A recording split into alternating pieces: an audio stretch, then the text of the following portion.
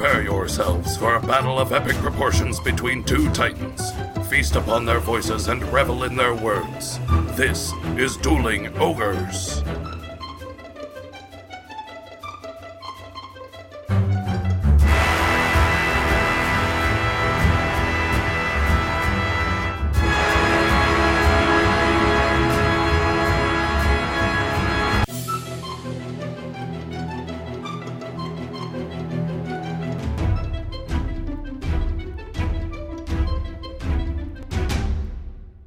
Hello, Ogres, and welcome to episode 142. Thank you for joining us, as always, on this miserably cold Wednesday evening, Earth date February 7th, 2018. I'm your host, Remington Hitchcock, and with me, as always, my co-host, Brandon Full. Say hello, Brandon, before I choke to death. Hello, Remington. I wanted to wait just a little bit longer to watch you choke to death in front of me.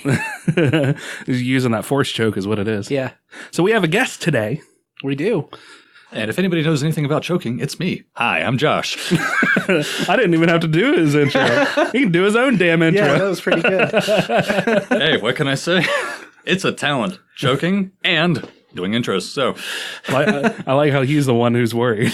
Yeah, I know. I'm not the one who's choking for a change. That's true. You even got your arm back, too. You're ready. Hey, you're going to be comfortable. Be comfortable. He's like a radio host. Do you want to just do this podcast? Because you're already way better than we are. No. You guys got 142 episodes and I got nothing, so it's good. I have bad books, so we can go from there. So why do we have you on today, Josh? What is it you do? Apparently bad books. I'm not sure why you have me on. My name's Josh, and I am a author here. I live local to the area of these two stupendously wonderful gentlemen. I'm not just saying that to, boost their egos to make up for the choking part. But they have read some of my stuff. They thought I would be a good fit for Dueling Ogres. They've actually interviewed me before a couple times at a couple of conventions here in the West Virginia area, and so I think they just needed content, so here I am. There's only so many times we can talk about comic books. Like, Jesus. Well, here's the other thing is, why is it that all of the guests that we bring on are bitingly sarcastic to us? We're geeks. This is the community you work in. Yeah, that's true. Yeah, we interviewed you. Oh, shit. It's been Classic Plastics 2 years ago. Yep, Classic Plastics 2 years ago. He's on it. The Art Center. Yeah. And then did you... Was there another time? Yeah, I think there was a time in passing last year. I don't think it was a Classic Plastics. It may have been like a CharCon or something like that. It was nice to see you guys. I can't remember where it was, but it was nice to see you guys. Yeah, I don't remember. Was it at WVUP PopCon? I think it was at WVUP, but I don't know if I actually interviewed it or if we just shot the shit for a minute. Yeah, I think we just shot the shit for a minute. Yeah, I think that's what it was. A shit shooter. Yeah. Which kind of sounds a lot like 2017 as a whole. But 2018 is turning out to be so much better. Oh, yeah. Right? Instead of a shit shooter, we're just like openly flinging. Yeah. Yeah. We've quit using gunpowder. Now we're just like, it's the monkeys. It's like a shit railgun. Yeah, the only gun that would work in space, from what I learned earlier. And not just that, I mean, it's that saying it's a shit railgun actually summarized everything, because it's just all like the U.S. We've given up on it and we're not funding it anymore.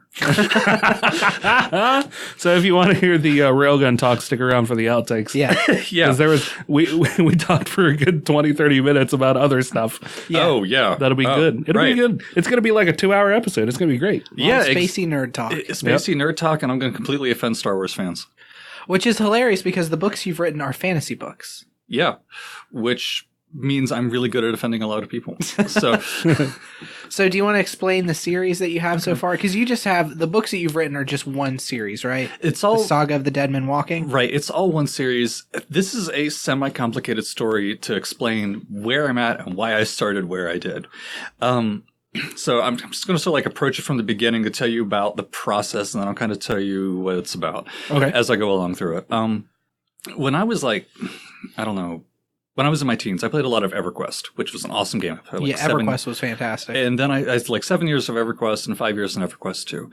And I was living with my mom and my grandma had a stroke when I was 13. And as time progressed, she got sicker and sicker. And after a while, it came to a point where I couldn't dedicate time. I couldn't be in groups. I couldn't be in race and stuff like that. So I had to quit playing because her care when somebody needs you, you have to get up and stop right away. And considering that kind of care, when somebody needs you, you have to stop. And that doesn't work when you're doing a multiplayer game. So when I stopped with that, I still had the urge to, keep representing the characters, keep representing this and that, the urge to do fantasy stuff was still there. Yeah. So I was like, well, I'll start writing. I saw Pirates of the Caribbean and I really liked how they portrayed zombies and stuff like that. And I was just like, this would be a really great inspiration. So I just started writing. I came up with my own characters that were based on some of my characters that I used to play as in EverQuest, because a lot of you guys out there are geeks and nerds. When you get a good character going in D&D, you don't want to give up on that character. That's why I'm constantly a dwarf in anything that I do. You're basically just the long line of the same dwarf. The long line of dwarven fighters runs red in my blood. Yeah, exactly. So my two primary characters back in the day were a paladin and a necromancer. Right. So they became the two primary characters that I first started writing. And I wasn't like hardcore, let me write every day kind of writer. I was just like, I'm going to write this, I'm going to have some fun with it. And things evolved and they changed. And when I finally, it was years, I was writing whenever I was on break at work. I was writing whenever I was in class at college. There was a good chunk of business law where I was ignoring the professor and was actually writing story stuff, which explains my D. Yeah. After I graduated college, or actually before I graduated college, I finished what I thought was going to be my first book. And I ended up looking at it and I was like, wow, this is like 600 pages. Wow. So I broke it up in two and I was like, all right, well, I'll edit this. But around that time, I was in an accident and I broke my neck. And for about a year, I couldn't get anybody to several years, I couldn't get anybody to tell me what had actually had happened because it wasn't a fracture. I compressed the roots in my neck, nerve roots coming out of my neck. Okay. And I started having severe migraines and depression and anxiety, and local docs were just like, oh, it's all in your head. And so they loaded me up on a whole lot of antidepressant and anti-seizure medication, which turned me more into a zombie than any of the zombies in my books. Yeah. And then, it sort of killed me as a living human entity, right? Yeah. Which took just like everything out of me. And so I quit writing for a long time. When I was writing, it wasn't anything that I liked. And I didn't have the confidence to look for a publisher, look for an editor, and I certainly didn't have the money. But was what you had written the precursor to this? What I'd written was it was the precursor to this in a way. I finished what I had and I was like, all right, I'm okay with this. And I started another one that I was going to have as a prequel. And then that sort of petered out. And when I stopped writing, it was a couple of years before I got back to it. And I was just like picking out I was writing outlines. I was writing, starts to stories and stuff. And I kept writing and I kept abandoning and piling up.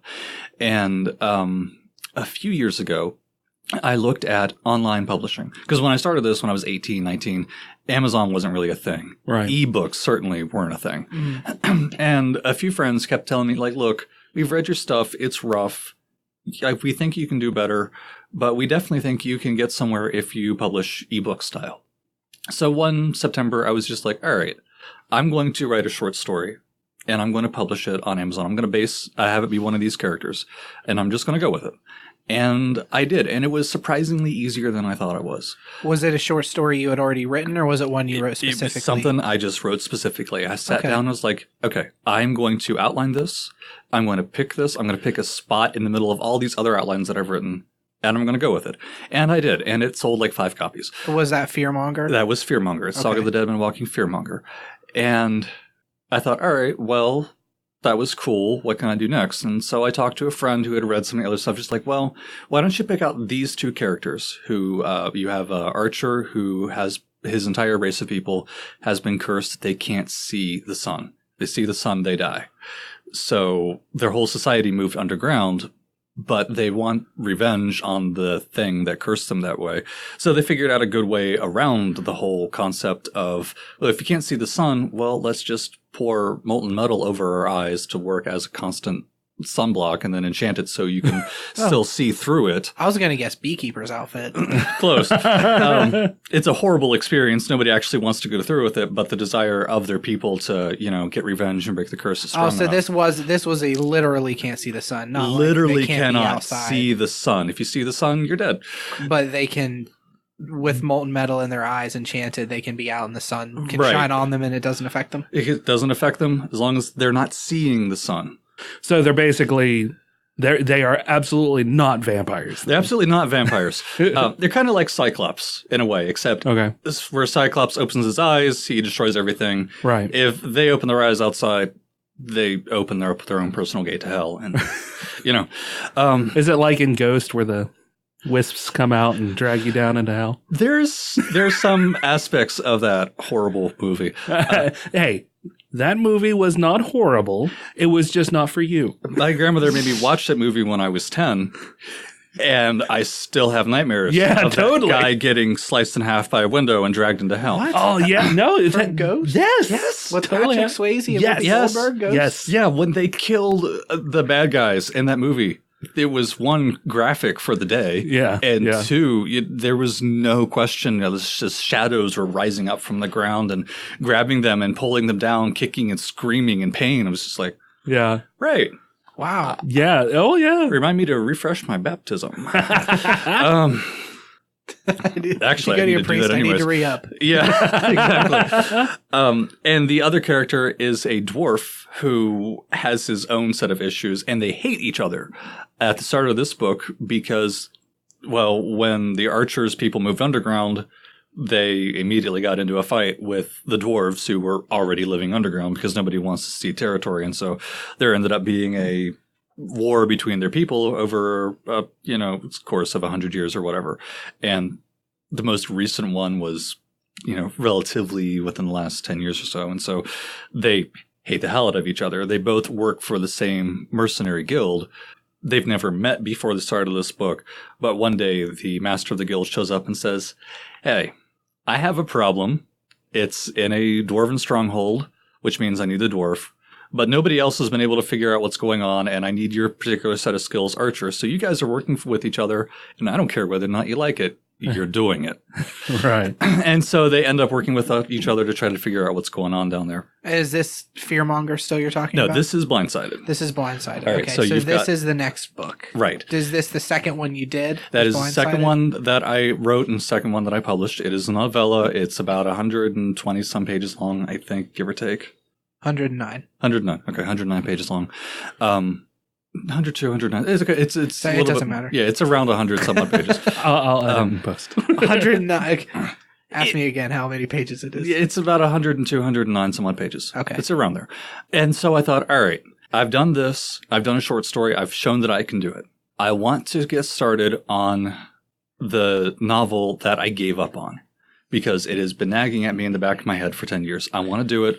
I'll start that as my big novel push. So before you get too much further, Yes. did you at some point figured out what was actually going on with your neck and stuff?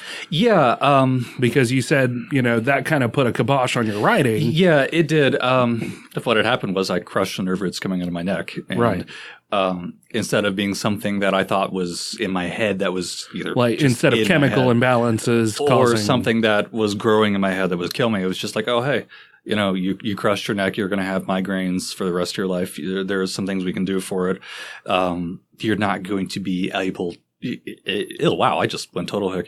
You're not going to be able to, probably get a long-term job anywhere because you're going to have days you're going to wake up, you're going to hurt like hellfire, and you're not going to be able to get off the couch. And you're going to have other days where you're fine. In this economy, you can't just get a job on a day where you feel fine and then, for 3 or 4 days tell your boss you can't come into work and then be fine for a week. Yeah. That's not going to happen in a good economy, let alone what we got right now. Right. So it kind of was just like, all right, I'm screwed. So I have all this free time now. So that's when you were able to start catching up on. that's when I was able to start catching up on stuff. There are days where I was just like, I'm able to sit down and write all day long. And there are other days when I'm sitting down, holding my head down all day. And the next day I'm just like, oh, I really shouldn't have been sitting in one position for 6 hours writing. Right. Yeah. So it's a hit or miss kind of thing. So it's why I keep missing my deadlines, which drives me insane. Have you given much thought to a standing desk? No, I haven't. But there's a bunch of things that I'm going to be looking into this year because I'm tired of the way things are. Yeah. And I do a fair amount of sitting myself. Not just here while I'm editing and stuff, but a fair amount of else I can do if there isn't anybody in there. So it's sit around and watch television. or YouTube.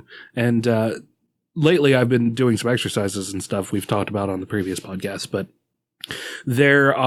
what I will notice, it has become incredibly obvious, is the longer I sit there, the more I slump. Mm-hmm. And I try to correct it, but once that slump starts, it's a lot harder to get back out of.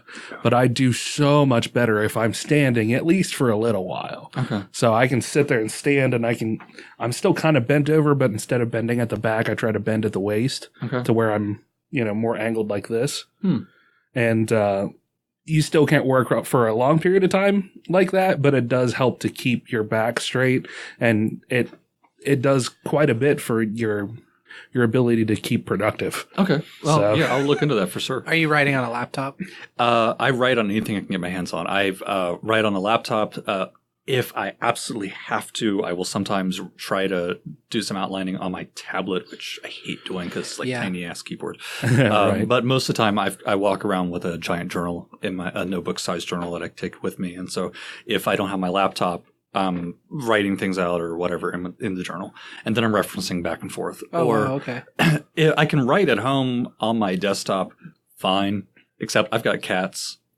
And I'm very easily distracted. So I get on my home computer and it's just like, all right, I'm going to work on dialogue. Porn. And we went away from cats real quick. Or did we? No, well, maybe. Anyway. Maybe your cat's named Porn, I guess? Porn. Stop interrupting me. Wow, that's a great name for my next kitten. All right. Yeah, there you go. But no, it's like I have games. What's your cat's name? Facial. I almost got a spit take. I was trying so hard. I have computer games that I play, like, Battlefront 2 or PlanetSide 2, stuff like that. And it's just like, it's a lot. It's very distracting to be like, okay, I really want to work on writing after I, clear this dungeon in Skyrim. I run into the same thing whenever I'm trying to do really anything for the podcast and I've got my laptop in front of me. It's so easy, especially with it being at your fingertips, to just play, look up anything, read whatever you want. Exactly, and we all fall in the Wikipedia trap. Let's see, let me get the name for a garbage dump in 500 BC. Wow, I didn't know they made leggings out of those. The Wikipedia trap, you wake up 4 a.m. is like, I now know more things than I did before, and I accomplished absolutely nothing with my life. Yeah. That's thankfully one of the reasons why I like editing. Like, I don't mind editing. Now, there are days where it takes me a while, but once I'm usually in the flow of it, I'm great. I'm good to go. I can just belt it out. Unless I'm in some pain from sitting too long. Yeah, exactly. But back to the story. So I was finished Blindside. I was like, all right, I'm going to sit down. I'm going to make a big effort. I'm going to grind this out. I'm going to take this story. I'm going to take this book that I have been in writer's block on for 10 years, and I'm going to finish it. And I'm going to have it be my starting point. Then I thought, well, you know what? I've got this old 20-page short story called Snowflakes in Summer. And it was originally read as the main character, his name's Akaran, is originally read as Akaran's first adventure. Okay, I was wondering how do you pronounce that exactly? Yeah, it's Akaran. Okay. And it's like, this is a 20-page short story. It's Akaran's first adventure. I will polish it up, and then put it out, and then we will jump into the next, we'll go right into this big book I've been stuck on forever. That was 2 years ago. I sat down and was like, all right, well, I like the idea. I like the plot. What was I on when I wrote this? Because it's terrible. I've still got the original 20-page one. Yeah. I was like, all right, so, this part looks a little skeevy. Let me tidy it up. If I expand on this a little bit, it'll be good. And then I get to the next part. Well, if I expand on this a little bit more, it'll be good. I'll expand, and on and on and on. And I was like, all right, well, this is no longer going to be a short story of 20 pages, but it's going to be a decent-sized novella at 100, 120, have it be the same size as Blindsided. Like I said, that was 2 years ago. So this entire thing spun out of a 20-page short story? That entire thing spun out of a 20-page short story. And it's not just that. It's the next book and then the third book. Yeah. Because all of those are out of a 20-page short story. Holy crap. I told you earlier, I'd never met an and I didn't like. How did you manage logistically to go from a 20-page short story into 3 books. And these are not short books. This one's 200 some pages. That should be about 260 pages. The second book is in and of itself, before I finish off the edits, checking, you hear paper rattling, 266. Okay. But the first thought was, all right, well, obviously this book is going to be longer than what I'm going to conceivably want to publish because I, quote unquote, finished it. I had it to an endpoint that I thought, or I was most of the way to an endpoint that I thought would be okay. And I realized it was over 400 pages. All right, so we'll split it in 2 and be good with it. And so I published Snowflakes and worked really hard on the second book, which was going to be Dead Men in Winter. First book, Snowflakes in Summer. Second book, Dead Men in Winter. All right. So I finished it, and I was ready back in November, I think, to go to my publisher, print off the first copy, submit it, read it, and go through.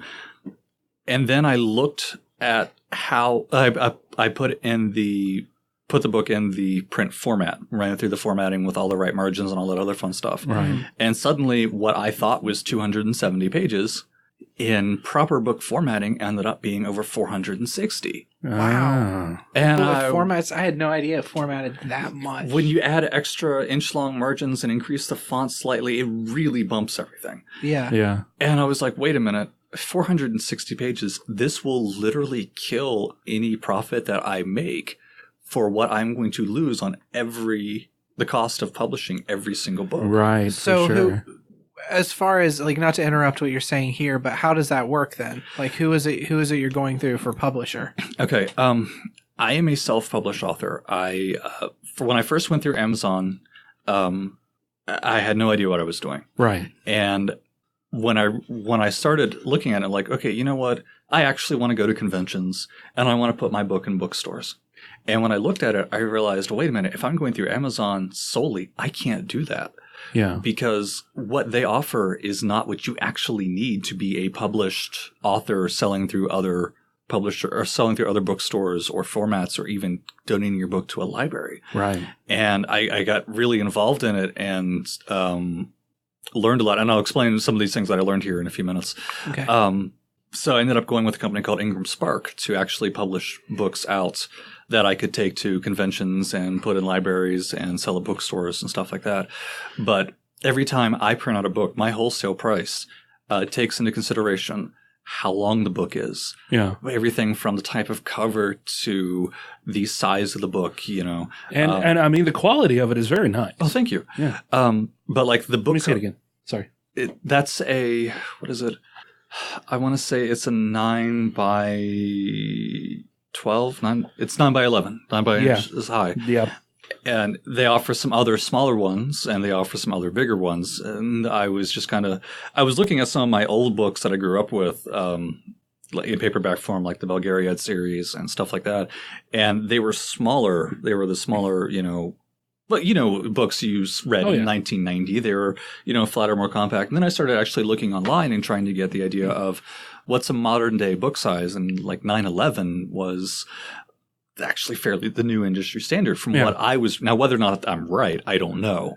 But from what I was reading, it is. So you take into consideration. Well, I think Terry's books are all 9 by 11. I think, Stevens was slightly smaller for the Rebirth Defect. For Rebirth Defect is a smaller one, but it is fairly thick as well. So see, these to me, not to go off, but these seem big, just like Terry's book. Yeah, seemed big to hold. But I guess, like you said, I'm used to like the thin, kind of pulpy, or not thin, but the shorter, pulpy, real thick paperbacks. The ones that feel more like 6 by 5. I think it was what size. Most of Ginger's in there. Yeah, exactly. Yeah. That's if what you're I was reading like a Ravenloft or Shadowrun book, it's going to be 800 pages like this, and exactly. That's what I thought it was too. I mean, I thought that was the industry standard, but.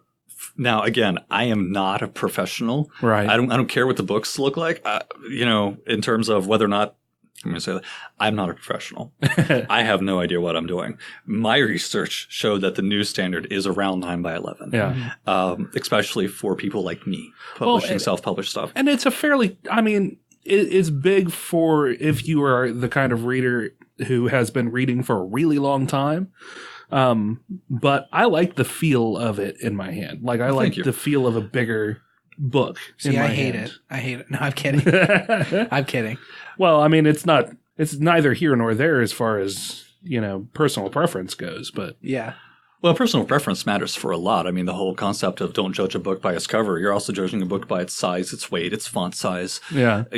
So I mean, I did a lot of research. If you're a technical nerd like technical I am. nerd like nothing. If you're, somebody who wears glasses and you're trying to train to read a book is like, okay, what font size do I like? And some of those old books, the old 6x5s, the font size is really tiny ass stuff. It's ridiculous. It's like a 9 weight. Yeah, about a 9. My font's 11.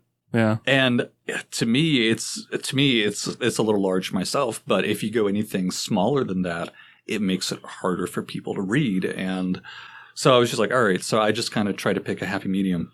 Yeah.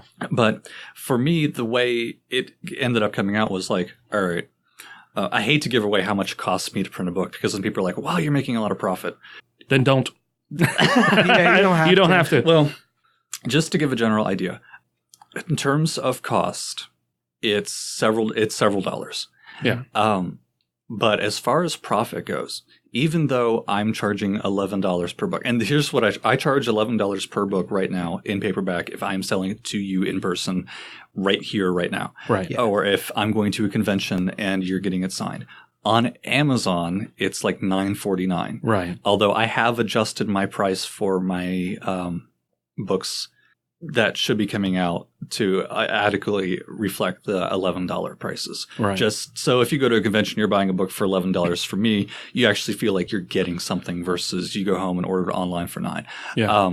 When that price change will take effect online, I don't know. Right now, you can still get it for $9.49 on Amazon because they're still looking at the prices that the third-party vendors picked it up as. We'll throw a link down in the description below as well. So if you still want to get it for $9.49, you can. It's not signed, whatever like that. I don't know how long people are going to get it for $9.49. Right. And I feel bad for actually increasing the price to $11. But there's a lot more that goes into it than just printing costs. Exactly, there is. Because if I am printing through my publisher, I'm paying the cost of the book straight up. Right. Then I'm also having to pay for cost of shipping. Right. And I'm paying for the cost of their shipping and handling. So all of a sudden, my book that's 11, end of day, if this is an if I take into consideration the cost of the goods sold for restocking. Yeah. Suddenly my profit, what looks like on paper would be $6, suddenly goes down to like $1.24 per physical copy. And that doesn't even include whatever marketing that you do. Exactly. Which includes you going to cons, you paying to go to cons, exactly. you traveling, that sort of thing. If you see me at a convention, I may walk away with 6-7 book sales. Yeah. Which is not a lot, but it's 6 or 7 more people that have the book than had when I started. Right. Yeah. Which is good. But odds are good. I have not made any kind of profit. I've actually gone in the hole. Oh, yeah. Because you're buying it, but I still had to get it. I still had to pay for the cost of the table. I still had to pay for the cost of gas to get down there. Yeah. Food, or if on some weird chance I get a hotel like I did at a convention last winter, all those things taken into consideration, I am losing money like sure. a madman. It's advertising and it's fun and it's good to meet people and be like, hey, this is something that I did. I can be proud of this. Yeah. And get it in their hands. So, I mean, the emotional side of it kind of makes up for it. Wallet side of it, not so much. Right. Now, if I don't take into consideration the cost of restocking, then suddenly, I'm making back my cost. But I have a bachelor's in business administration.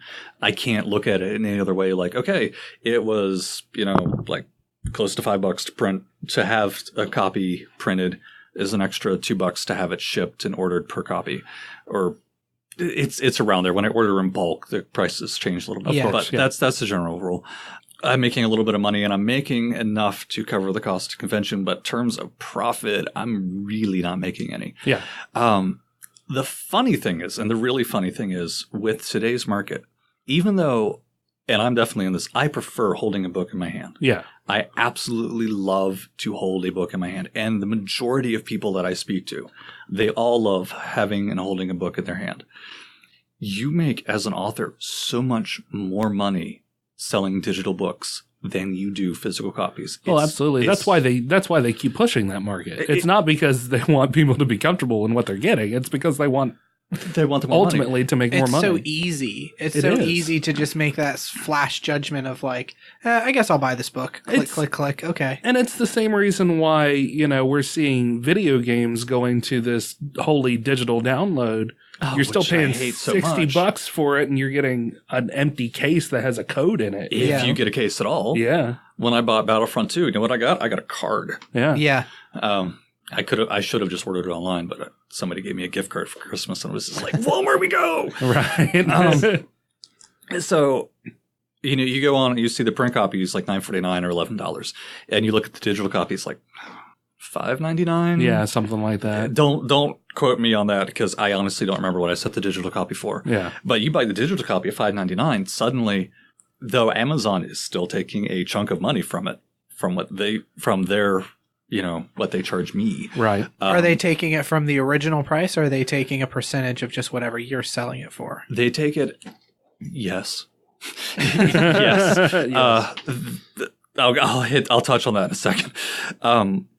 But so a digital copy, I'm actually getting like $3-4 in profit because I'm not paying for cost of printing. I'm not paying for cost of shipping. I'm not paying for the cost of stocking or whatever else.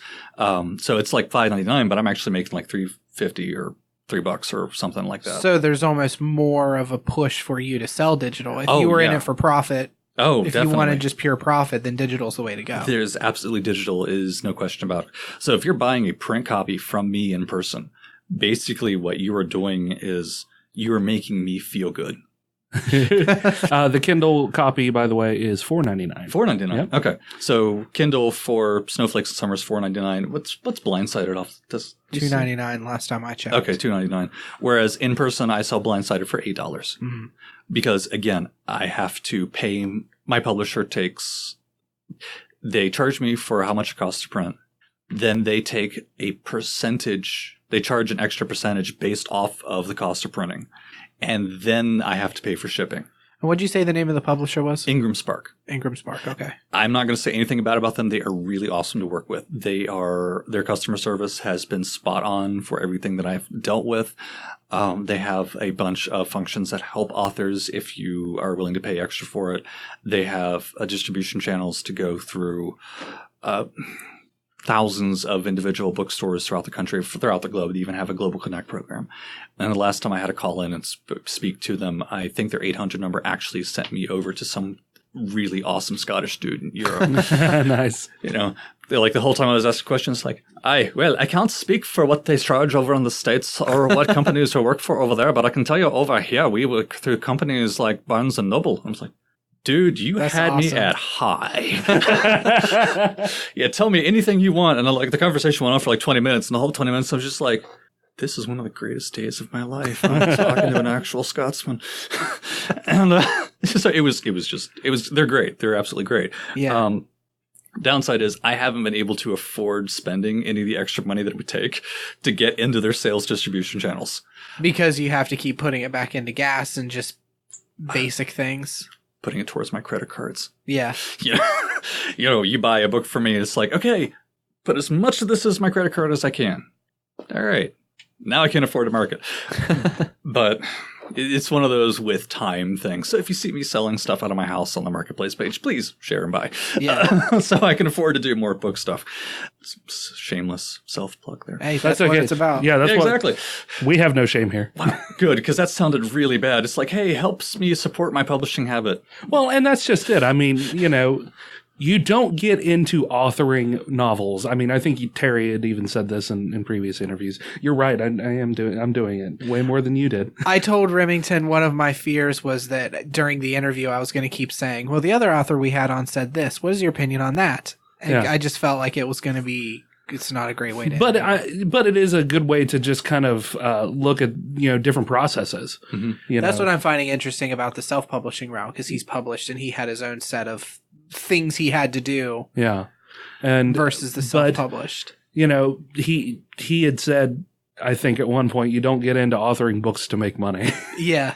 So you do it for the love of the game. You do it for getting your story out. You do it for telling a compelling story. Exactly. And then seeing people's reactions. It's the same reason we do the podcast. We do the podcast because we want people to listen to us and we want them to enjoy the time that they've spent with us. Right. Yeah, it's the same thing. Like people, like we were talking before we started recording, people buy shirts. Yeah, we make a profit off of that, but it's negligible.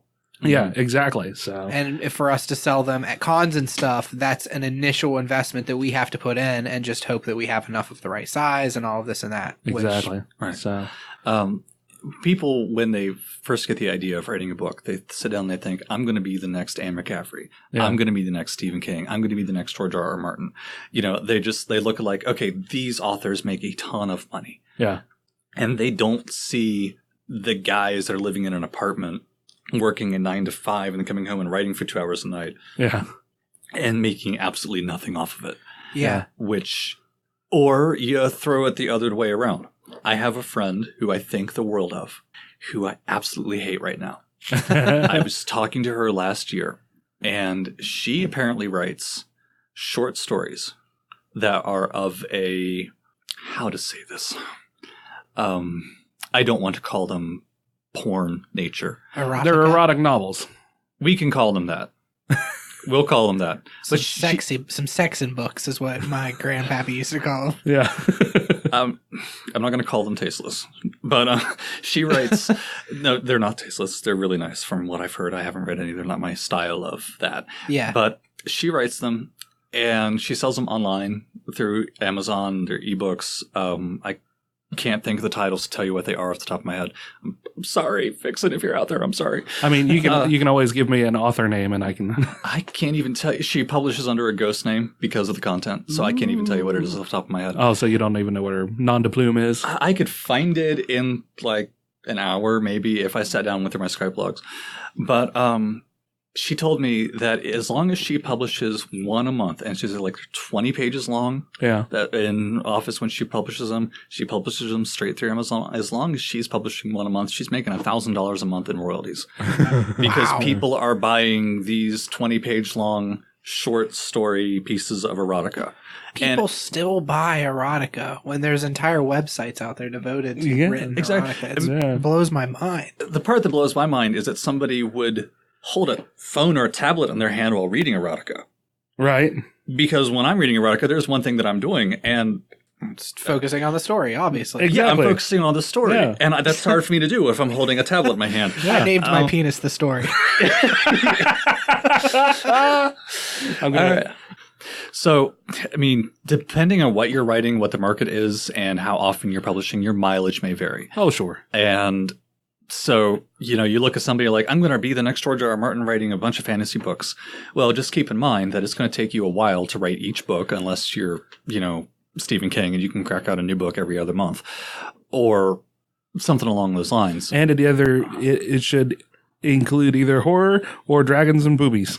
Yeah. Exactly. Horrible dragon boobs. That seems like the kind of erotic that your friend is writing. I think I actually dated that woman. Anyways. So, I mean, your mileage will vary. I mean, some people are going to write one thing. It's going to be a huge hit. It's going to take off. Other people, you're going to sit down, you're going to write 30 books and nobody's ever going to notice you. For every, I don't know, David Eddings, there's about 50 different Edgar Allan Poes. Yeah. Yeah. So, and that's being kind, I'm sure. And there's a lot of other things that go into it. And when you have no idea what you're doing, nobody sits down and tells you right off the bat, there are costs involved in publishing. Yeah. Nobody sits down and tells you there are costs involved in getting your book on a shelf somewhere. Oh, yeah. Because I will tell you straight up, there are costs involved, whether you are dumping a crapload of time or you're dumping a crapload of effort. I went with self-publishing because, to me, it seemed like a much faster way to get my books in people's hands. Right. Which is true. Because I didn't sit down and spend a year trying to find an agent. I didn't sit down and spend a year trying to find a publisher. I didn't sit down and send 15, 30, 40 copies of my book in manuscript form hoping somebody sees it in their pile and decides they like it. Right. I didn't, sit down and have to spend 6 months sending the same book back and forth between me and a editor, arguing over this, finding an editor who's willing to take me, So when you've mentioned deadlines before, are those self-set deadlines? Some are self-set, some are set in terms of taking advantage of a promotion. Okay. Ingram charges $50 to register a new book with them before they will do anything they'll let you print it for $50? $50. Damn.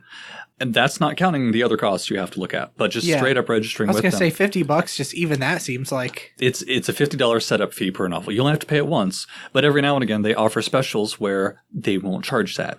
Yeah. If you register within X period of time. Okay. And those are the deadlines I try to meet because, hey, if I'm saving $50, $50 I'm is $50. saving $50. Yeah. If you look at it back to terms of profit, if I'm only making $1.40 off of every book that I sell, once I take into cost of consideration, restocking fees, cost of goods sold, and other fun stuff, I have to sell 50 books to meet that startup fee. And just to be honest with you, I don't think I have sold 50 books. Right. Yeah. And, in person anyways. So it's like any way I can shave a few dollars off of my fees, I'm doing it. It's why I don't get the tracking fee put on when I'm having books shipped to me. It's just like, I'll take economy shipping. It'll be here within 2 weeks. We hope. And it's a nerve-wracking experience. It's just like, we hope. Yeah. Because I'm out of the money either way, So whatever, but nobody sits down and tells you. All right, take for example, when I first set up and sold Fearmonger on Amazon, I did not know what I needed. They offer what they call a ASIN number, which for the record, I'm just going to go ahead and make the obligatory joke. It is literally a sin to sell books on Amazon. Yeah. Specifically through Amazon. It is a sin. An ASIN number there you go. is, finally, third time's a charm. The ASIN number is how they register books and keep them in their listings. It's how they tell what book is what. Which is separate from the ISBN. That's the kicker. When I read it, I assumed that an ASIN and an ISBN number were the same exact thing. Nope. So when I did Blindsided, and that's when they started offering, well, if you publish by ebook, we've also started a new way to let you sell paperbacks too. Yeah. I was like, oh, really? This is cool. But I didn't. No, excuse me. I take that back. It wasn't with Blindsided. It was when I went to do Snowflakes, because I, again, planned on Snowflakes was just at the time going to be a digital format. Right. Then I realized I could get it done in paperback. Cool. So I did, and I thought, well, if I can get it done in paperback, then I can start taking it out to places with me, and I can put it in bookstores. I can put it in libraries. And then I went to go do that and looked just like, oh, wait a minute. An ASIN is good only through Amazon. Mm-hmm. I cannot take a book that's got an ASIN in it and take it to my library. I can't, at the time anyways, this may have changed, but at the time for me, I didn't see any way to get a wholesaler price if I ordered my own book through Amazon. So suddenly, wow, I can't order wholesale books. You would have to pay. I'd have to pay whatever price I set, which includes cost of printing, cost of shipping, and cost of whatever Amazon takes out of it. There would be no possible way I could take that and then, sell it at a convention or whatever. Yeah. And so I thought, all right, well, maybe I can do 3 or 4 or 5, whatever. And then I looked at it and I was like, wow, I cannot do this. Nobody will accept this. And so I was like, well, what does it take to get an ISBN number?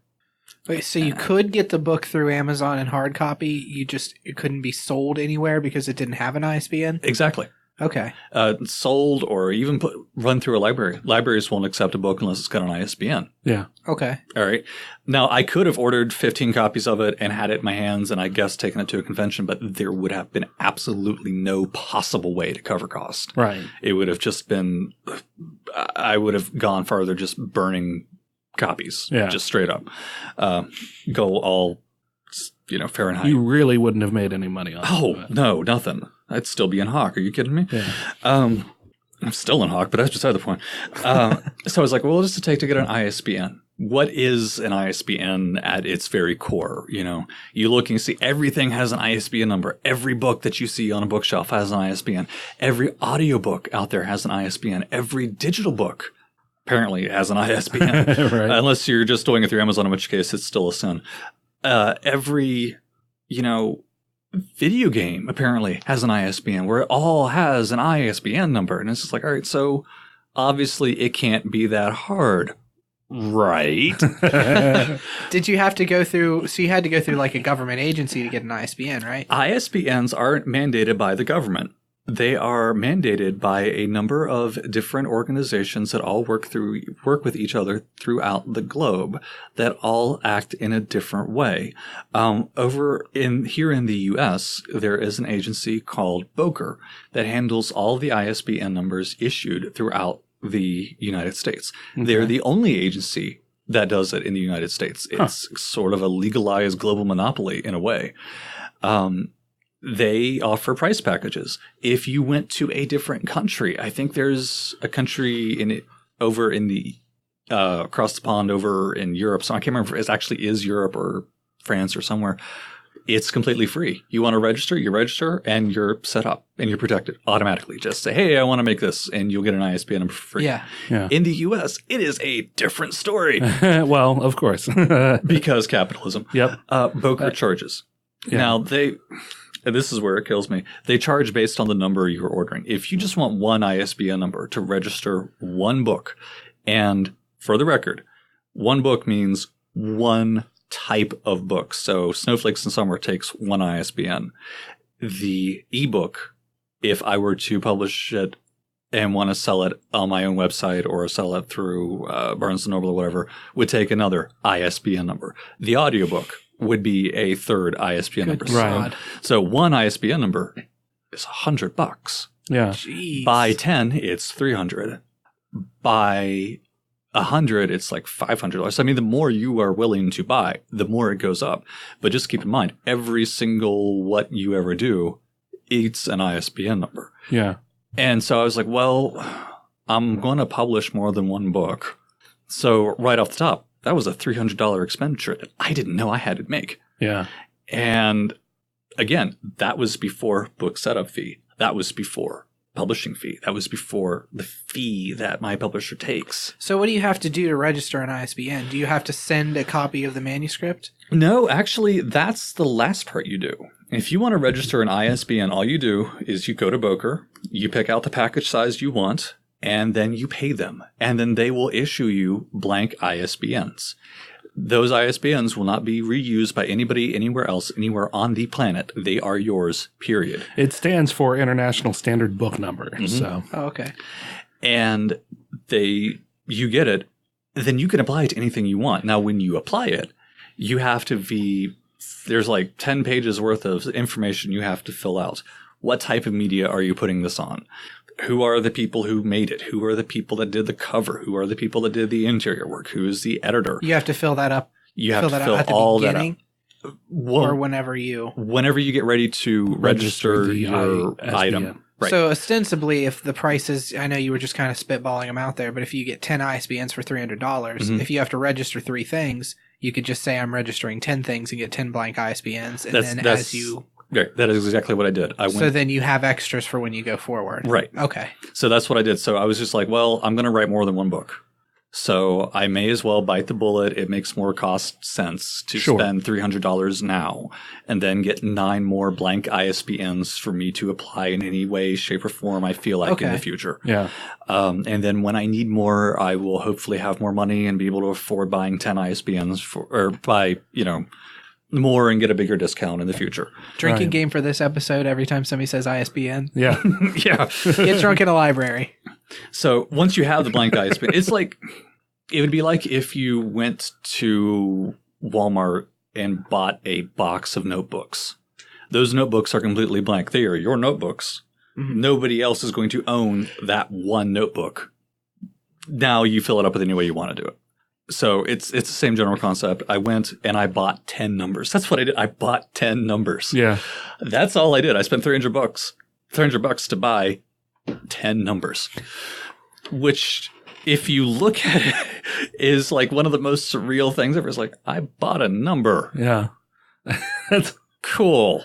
very much what we would call the fleecing of America. On the other hand, if you sit down and look at it like, hey, I bought something that is unique and nobody else will have it. This is mine. Yeah. I can't say that about anything else I own. It's like, yeah, that is pretty cool. I kind of want to own an ISBN now. yeah, there's something to be said It for will it. only cost you $100. Yeah, there's something to be said just for the little minor ego stroke for it. It's just like, cool, I have this. It is unique. Nobody else has this. Yeah. So once you have it, then you can do whatever you want with it. So they don't even care what you do with it. Once you have it, it's yours. Yeah. When you are ready to apply it to something, then you have to go through like 6, 10 some odd pages of information to fill out.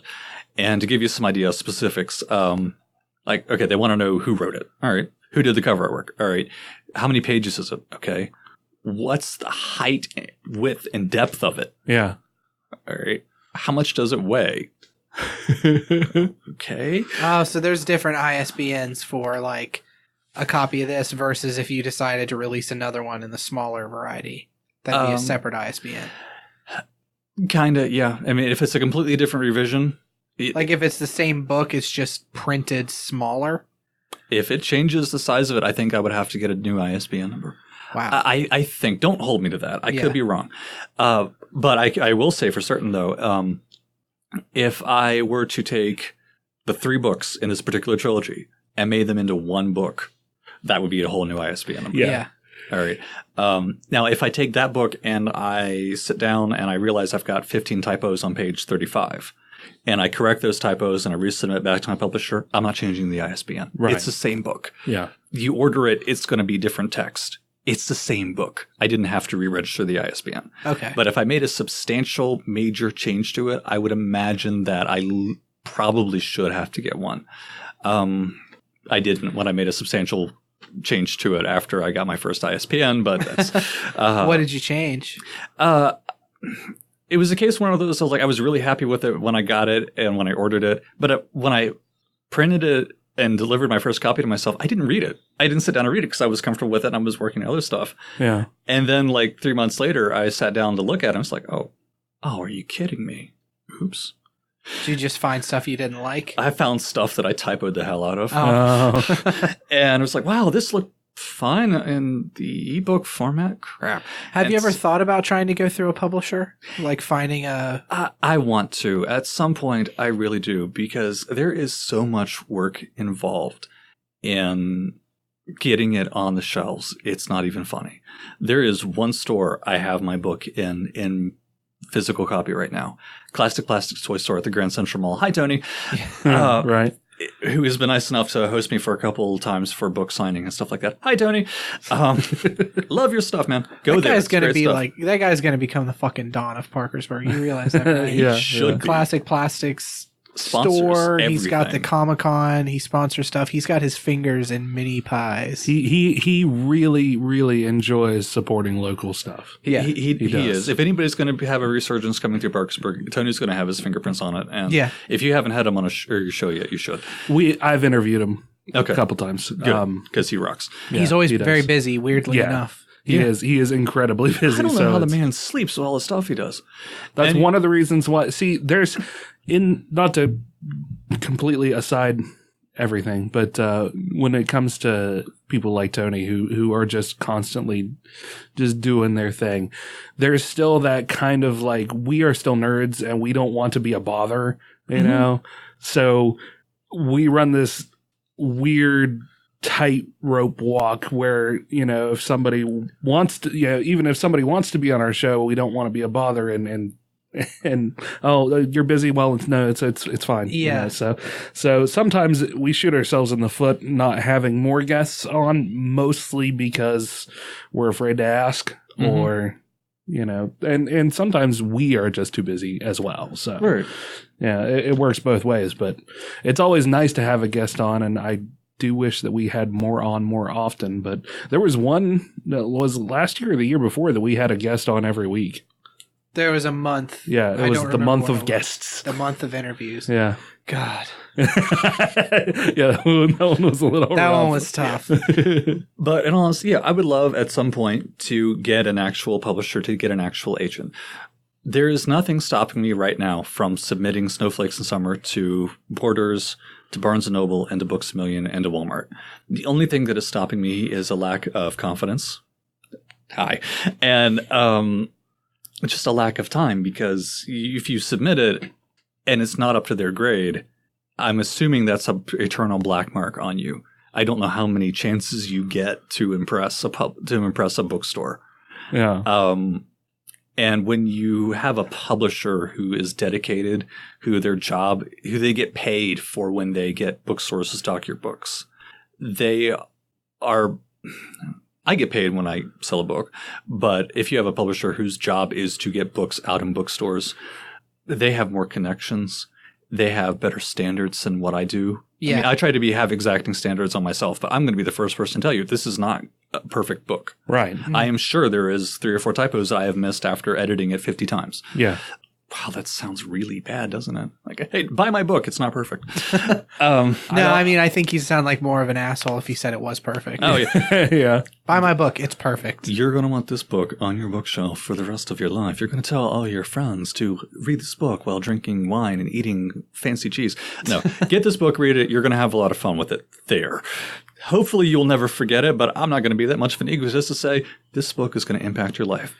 This book is a good way for you to kill a weekend. You need more confidence. Yeah, probably. Remington, pump him up. Give him a real quick confidence boost.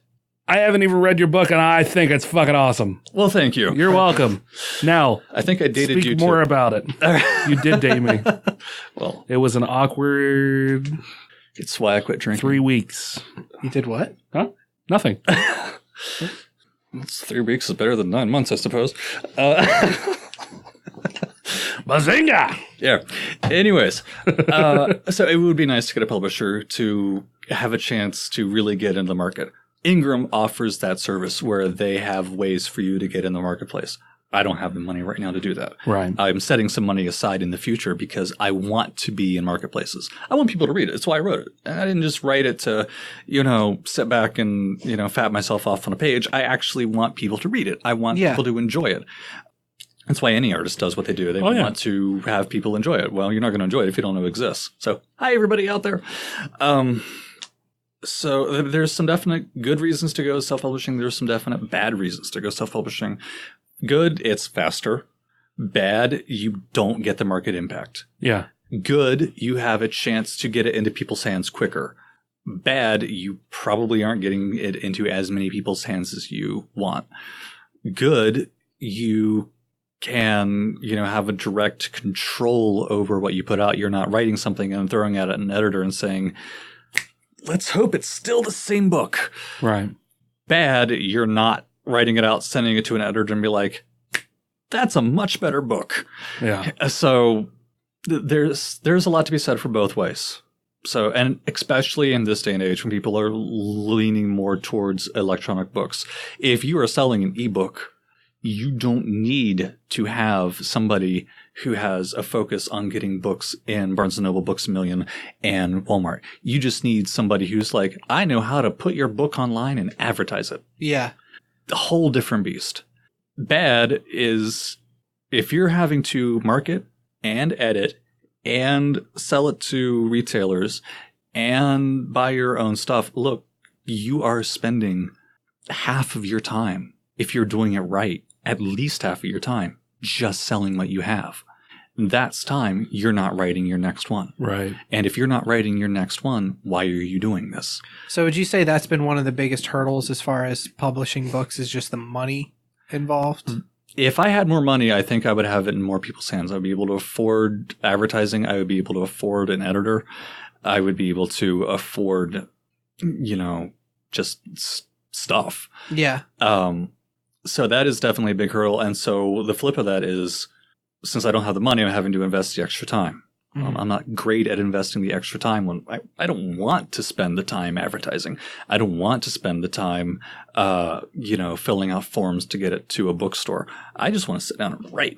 Yeah. And then be like, hey, I wrote this, now pick it up. It doesn't work that way. And not to make a huge comparison as far as the podcast goes, because the amount of work and the time you spend writing a book and what you're putting out versus the podcast isn't remotely the same thing. But I know the feeling in that we do this, and Remington and I are both very shit at advertising for the most part. And really the best way we have found to advertise is just to do the paid Facebook. So many people see this kind of stuff that I feel like has middling success on it. But yeah, it's going back to what you said. We just want to do it and have people listen to it and exponentially grow. Yeah. But that's not the case. No. It kind of sucks to have to sit down and be like, okay, we did all this. Now let's figure out how to get people to listen to this. Or in your case, now let's figure out how to get more people to look at my book online and buy it. Right. If you run a brick and mortar store, you're not, generally speaking, if you're running your own retail shop, you may be making some of the merchandise yourself, but you're also relying on other people to provide content, which is what you're doing right now with me. You're using me as a guest. I'm providing content for your podcast. Right. Yes. I don't have any market sway to say, hey, I'm going to be on this podcast and expect you guys to get 500 extra viewers. Right. I think I might have like 5 people who are going to listen to this. Yeah. Because I'm doing it. Hell yeah. Yeah. All right. So there's 5 extra viewers for you, but it's not, is it enough to make it worth your time? I don't know. Is this enough to make it worth my time? Absolutely, because you guys, your Facebook page is what, 500 likes on it, something? 312, 311. All right, that's 300 people that I probably haven't reached before. So, and that doesn't include, an average of like 500 downloads per episode or right 1,000 downloads per episode, so, or whatever we happen to be running right now. I have no idea. That's. I haven't checked the numbers in a month or two. 500,000 extra people I haven't reached before. So for me, this is a great way to spend time. Whether or not you guys are getting anything out of it, I don't know. I hope you guys are getting something out of this, aside from the glory of my company. And that's all we really need, Josh. So, bask in my greatness. I promised I showered. The marketing aspect of it is so bloody hard and so bloody time consuming. And you're spot on. You just want to do it. You want to create. You want to hope.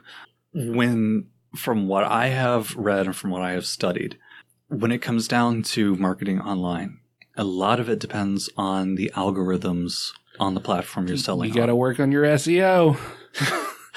Well, for like Amazon, you publish something, you put something on their service, and for a brief bit, they will run it slightly higher. But if you aren't having eyeballs on it, if people aren't clicking it, if people aren't buying it, if people aren't doing anything in any way, shape, or form interacting with it, and it's worse for Facebook. It is much worse for Facebook. Oh, sure. Then you would drop off of their algorithms. Yeah. You vanish. And if you have vanished off of Amazon's algorithms, nobody is going to know you exist. Yeah. The way to keep yourself on Amazon's algorithms is to keep putting new content out there. So every time, so it goes back to my friend who's making $1,000 a month in royalties. She's not making that $1,000 off of her newest book. She puts a new story out there and it pops up. People see it, they buy it, and then her other books are recommended to them. So they see You May Also Like, or people who bought this also bought. Yeah, by the same author. And so they go back and buy that. So she's making more stuff every time.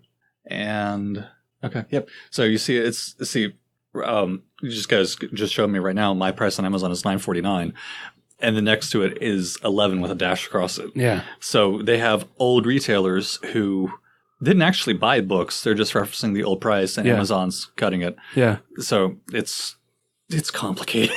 So it's running it as a sale, right? Yeah. Even though technically I'm charging 11, Amazon's still charging $9.49. So I imagine that's what I will get paid if somebody buys it right now for the paperback version on Amazon. Right. Well, that's the base. Yeah. Because that will go to my publisher. My publisher will then take the costs out of it and stuff, and then I get my book. So what we go to my friend, she keeps, every time she publishes, people buy it, and then they get referenced back to all of her other stuff, and that's where she's actually making her money off of. Sure. So right now, I have 3 things published on Amazon. If you buy one of them, it should, fingers crossed, tell you about the other 2. Yeah. Or if you buy the 99-cent short story, it should tell you about the novella and the novel. It should. When I get book number 2 out, that'll increase my footprint. I get book number 3 out. That'll increase my footprint. I get my short story out that I want to put in here shortly. That's another and another. You know, the more stuff you have, the more you get noticed. But the more stuff you have, the more time you've had to make, you know, actually writing it or building it or designing it or whatever.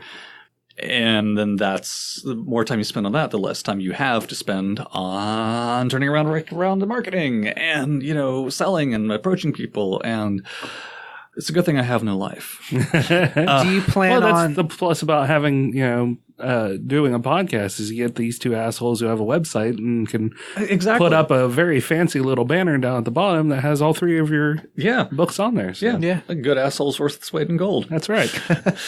There's a middle picture for you. Yeah. It reminds me of this chocolate anises. It really does, doesn't it? Delicious chocolate anises. Do you plan to continue to write in this world that you've created? Yes. There is no question about that. I told you at the beginning of this that when I started, it was a book, and that book was too big, so I made it 2 books. I don't even want to think about what they are right now. If I were to drop them in the appropriate formatting, probably 1,000 pages for each one. So like in those 2 books alone, I've probably got 4 novels what will actually come out as. Right. But when I said that I was sort of like outlining and designing and picking out, you know, I like to outline. I like to world build. I like to write characters. I like to write locations. I love to do that part of that stuff. Yeah. The nitty gritty dialogue of point A to point B is fun in and of itself, but I like to world build. I'm a Sims guy. When I first got my first computer game was SimCity 1, and then SimCity 2000 and Populous. Oh, Populous was so good. Populous was the bomb. And until EA got a hold of it, SimCity was the bomb too. Yeah. But you always have to be online now to play SimCity. What they put out last time was not SimCity. Okay, I'm not going to get on a tangent because then I'll get hit with a C&D from EA. But anyways. Fuck them anyway. Yeah. Not even with somebody else's. That said, I am enjoying Battlefront 2. So, whatever. Anyways, I like world building. And I was looking at it a few years ago when I guess I started Snowflakes. I was trying to organize everything that I had because I had all these files on my computer and no real organization. Right. So I sat down and I started plugging it into where do I expect this to go? What short story, what outline that I started and typed and wrote out goes where in the overall arc? Yeah. And looking at it right off, I have material for 12, I think, books. Holy just crap. off of the outlines that I've done over the years and the stuff that I have started. And that is not counting situations like the one I find myself in right now, where a 20-page short story suddenly became a 600-page book. Right. Yeah. Not suddenly, but it evolved into a 600-page 3-part book. Right. Wow. And that's just this. That's not the thing that I thought I would have published by now. So when I do this, there is another book that I have to write in order to go from point A here to point B where I want to be, where I want to put my focus to. There is going to have to be a book that bridges, that's not going to be part of this trilogy. It's not going to tie up any loose ends, but it has to be there as a natural progression to get from where these 3 books end to where the next book that I have a lot of outlining and stuff and stuff written has to go. You know, it's like, okay, I'm going to go to Walmart and get something for a party. And then the next thing that happens is, okay, it's 3 days after the party. Well, what happened in the middle? And I don't want to leave that huge giant gape of, well, this is the situation, the shape he was in at the end of this trilogy of books. Suddenly he's, you know, has all this other stuff done. Where that seems like almost insulting to the reader. Yeah. It's like, there's a part of this story here. Why am I not telling it? So I'll sit down and I'll tell the story and get there, because if I was reading it, I would be pissed off at myself. Right. It's kind of Star Wars fanboy alert. It's why I am ticked off a bit with The Last Jedi. It starts up immediately after the events of whatever episode 7 was called. I forget. Force Awakens. Force Awakens. Okay, that's cool. How in the hell did shit go down to lead up to this point? If you don't get the physical novels, you have no idea. Or more aptly, it's the problem with the Clone Wars going into Revenge of the Sith. Right. Wow, the Clone Wars started. Wow, the Clone Wars are ended. Yeah. What the hell happened? If you just watch the movies, you have no idea. So if you go back and watch cartoons, the epic cartoon series, you know. Yeah. But the cartoon series came out after Revenge of the Sith. Right. It was like, okay, what happened in the middle? You know, it's like, okay, the Clone Wars are starting. All the clones are getting on the ships. To Dooku's dead. Why do I care? Yeah. You know, I get why you did it, because you want to get into the good parts. You know, you want to get into the big, you want to wrap up the trilogy, but what the happened, man? So you think you necessarily need that I think I do. I think in between? To me, I need it just to bridge. Because, I mean, I know what happens. I know what happens during that midpoint that goes to the next thing. I know what's there. And if I know it's there, I don't know, I just go ahead and write it. Yeah. Yeah. I mean, well, I think that's fair, especially when you're just starting off with your novels and that sort of thing. To make sure that you're throughout the 3, you're telling your complete story. I think Star Wars, as an example, can get away with having gaps solely because there are other ways to get that middle story out. yeah, You or know? it's not even that. If you look at it from a business standpoint, there's a gap. We're going to make some more stuff anyways, and you're going to go off and see it. Well, that's exactly my point, though. Yeah. So it's right there. Not only can you let other creators fill in that gap, but you can then make money off of said. Right. And you don't creators. need them to make that filler. You can just go on to the next thing and people are still going to come back and buy it. Yeah. With my stuff, I leave a big gap and people are going to be like, oh, I'm so confused. Where's his next big gap going to be? Do I want to make that investment? Yeah. I heard somebody explain it. I can't tell you who I heard this from, so this is going to be like badly misquoted. A book is not what you're selling to someone. You are selling to someone an obligation. Mm-hmm. Because you can write it, you can publish it, you can go through all that hell. You are not selling your written material. You are selling to them an obligation that they owe you to read it. Right. Because they can get it and they can stick it on their coffee table and it will stay there for the rest of time. I bought Orcs when it came out 15 years ago. Fully intended to read it. It has sat on my bedside table since I bought the damn thing. It's a great book from everything I've been told, and I want to read it. I just never have. Yeah. So I bought an obligation to somebody that would read their stuff, and I never have. Yeah. I feel bad about it. So you are giving me money with an obligation that you will read it. Yeah. And if I am asking you to take however long it takes you to read a book, some people can read it in an afternoon, some people read it in 2 weeks, some people read it in 6 months. You know, if I am asking you to give up that much time on me, then damn, I want to make sure that I am being worth your time. Yeah. I want, because during the afternoon that you read my book, you could be going off and watching a movie. You could be going off and spending time with your kids. You could be going off putting away your laundry. You have made the conscious decision to give me that much time out of your life. That's a hell of a thing to ask for. We all have only so much time to give to people, ourselves or anybody else, before we end up, you know, rotting in a hole somewhere. So if you are paying money, you are agreeing to take the time. You're making an investment of not just your money, but your time. So I'm not going to leave any gaps I don't have to leave that might turn you off of wanting to give me more of your time in the future. Okay, so you're saying if the reader is giving you, by buying your book, they're saying I'm giving you I have an obligation now to read this book because I'm going to sacrifice my time, presumably by paying you X amount of dollars for your book. Right. And in your case, you're saying, so I'm going to give you the best experience possible exactly for your obligation. You're not just giving me the time to read, you're also giving me the time it took you to earn the money that you're spending on my book. Yeah. So, okay, $11 book, minimum wage is what, $7.50 in West Virginia? So you have worked an hour and a half to have the ability to buy my book. And now it's going to take you 3 days to read it. It's going to take you 6 hours. theoretically, to read it. So I'm asking a full 8-hour day of your time. I need to make sure that you enjoy your time.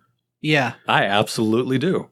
So speaking of that, let's go ahead and move into more of the stuff, because we've talked a lot of business. We've talked about moral obligation, as it were. Let's move back into the book and talk about the characters, continue talking about the characters, the setup, and then we'll probably want to wrap up. Okay. There's one thing that I want to take a second and point out before I get started on the characters or the content of the book. And this is a timeline issue. Okay. Or earlier in the podcast, I said that I decided just to write a short story to show that I could. The short story, I actually did this in the second book. The short story takes place 4 years after the events of Snowflakes in Summer. Okay. It's got the same character, but it's 4 years later in his career. Okay. Blindsided, the novella, takes place 5 years after the events of Snowflakes in Summer. 2 different characters. They are involved in the same world. They are involved in the same area as a future book. It tells that I actually wrote a spinoff for a book that I haven't written yet. They're there. Their interactions are important. They will be important in future books, but they take place 5 years after the events in Snowflakes in Summer. Huh. So Snowflakes in Summer really is the prequel that starts all of it. Yeah. Okay. And I thought I could get away with that by a 20-page short story, and I was an idiot. So if you sit down and read it, this is what I recommend. Every now and again, I do run a promotion for free ebooks where you can go to Amazon for 2 days. Like over Christmas, I ran like 3 days. All of my books were free as a Christmas gift. When I published Snowflakes about 2 months later, I ran a promotion for a weekend. It was free. Why? Because when you put books out for free, it boosts it up on Amazon's algorithms, and theoretically, people will buy more copies. That's yet to happen, but that's the theory. There's a lot of marketing theory behind it that goes to that. My personal advice, my personal opinion, if you don't meet me and talk to me in person and you decide that you like it after seeing it, buy Fearmonger. 99 cents, free if you've got Kindle Unlimited. Right. It's 25, 30 some odd pages. You get it. You get a feel for the content of the book, the content of the world, the way the characters act, the language, the violence, the gore. And you determine from there if you like it. And then, because it's a lot better to spend $1 on something as a hope than it is to spend $11 on something that you've never read. Yeah. And as a brand spanking new author, I can't expect you to just go off of my word and say that you're going to like this. Right. There are people who I know who I've read, who are friends of mine, who read it and they didn't like it because it wasn't their thing. Yeah. Okay, that's cool. I'm glad you got it for free because I don't want to take up your time for something you're not going to like. Mm-hmm. So if you do want to get it, if you want to get a feel for it, get Fearmonger. 99 cents, ebook, and then you can go from there. Then if you like it, then please, by all means, go back and buy Snowflakes, go and buy Blindsided, and then go buy the other books as they come out. That is awesome. Right. But as just a starter, pick it up. If you can't go to a bookstore, pick it up and skim through the pages, pick up Fearmonger. Okay. I'm probably shooting myself in the foot suggesting that. Because I would love it if you went out right now at the end of this podcast and were like, I really like the sound of this, and bought it. If you do, fuck yeah, man. Go for it. Yeah, but if you hook somebody with that 99 cents, then they're going to buy more of your stuff. That's the hope. If you hook somebody, if somebody buys this book for whatever the price is and doesn't like it, they're out time, they're out money, and my name will leave a bad taste in their mouth. There's a certain amount of appreciation that people have for an honest salesman as well. Yeah, exactly. So an honest salesman may not make as much as a dishonest salesman, but he'll feel better when he sleeps at night. So. Yeah. And that would be historic for me. I know me. I don't feel good about myself when I go to sleep at night. Are you kidding me? Shit, no. So if I can at least try to balance the cosmic scales in that direction by not taking somebody's money and having to be pissed at me, well, hell, that is better than some relationships that I've had by a margin. All right, so let's get into the story. The main character, his name is Akaran Dahak. Right. When Snowflake starts up, he is fresh, brand spankingly new out of his temple. Okay. He follows the goddess Nyasmus, who is the goddess of love. And he is an exorcist in her order. Exorcists are not known to have a long lifespan in their order. Okay. And it takes a certain type of person to go off and do the job. Right. And he is not a nice guy. He points out very early, very bluntly, he is not someone whose job is to go out there and preach and to win over hearts and minds. His job is to go out there, deal with shit that is killing people, or worse, and send it screaming back into the abyss. He is not there to be a nice guy. He is there to slaughter things, to banish things, to deal with the literal scum of the world, and try to walk out alive. Right. It is a nasty, it is a dirty, it is a horrible job, and you have to make horrible decisions while you're doing it. Where do demons come from? Well, they come from the pits of hell. That does not equate to sunshine and daylight. Right. You know, how did they get here? Well, did they manifest on their own? Did somebody summon one? If somebody summoned one, was it another demon that was already here, which is another problem, or was it somebody that made a deal with one of the fallen gods?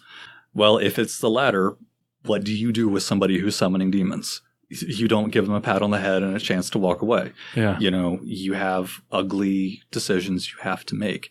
And so, and he accepts that just straight off the bat. He doesn't like it, but he has a perchance for violence, and so it works in for him. Yeah. And he's got plenty of issues of his own. He doesn't remember a life before the Order. He is told by the Order that they found him as a child and that he had suffered an injury that took away his memory of his life before he came into the Order. He doesn't know his mom. He doesn't know his dad. He doesn't know if he has any siblings. And there is a reason for all of that. It's not a major spoiler to say that he did come to the Order as a kid with a grievous injury. He's got one eye, and that's part of it.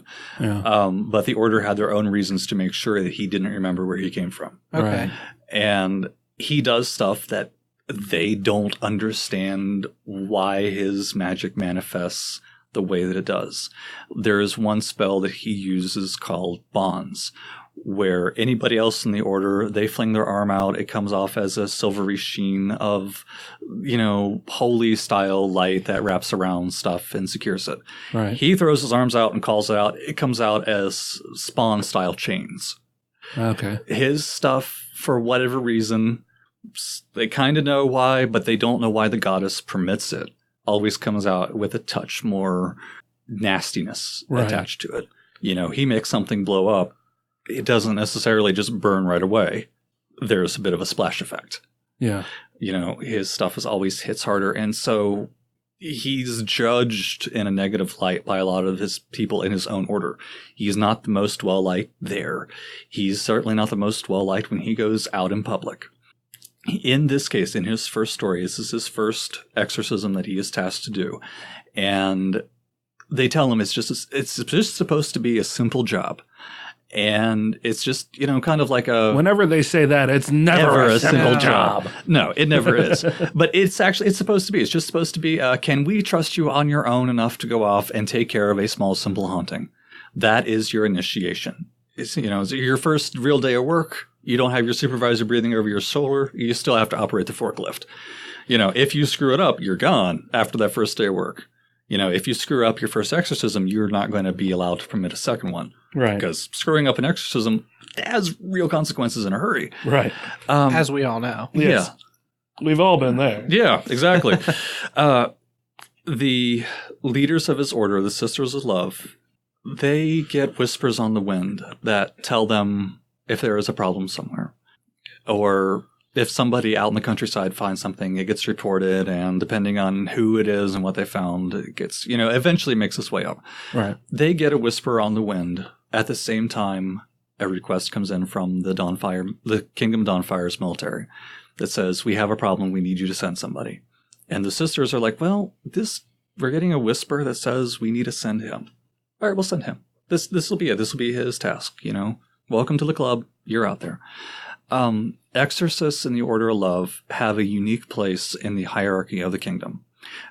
Before I say that, though, the Order itself is hated by everybody.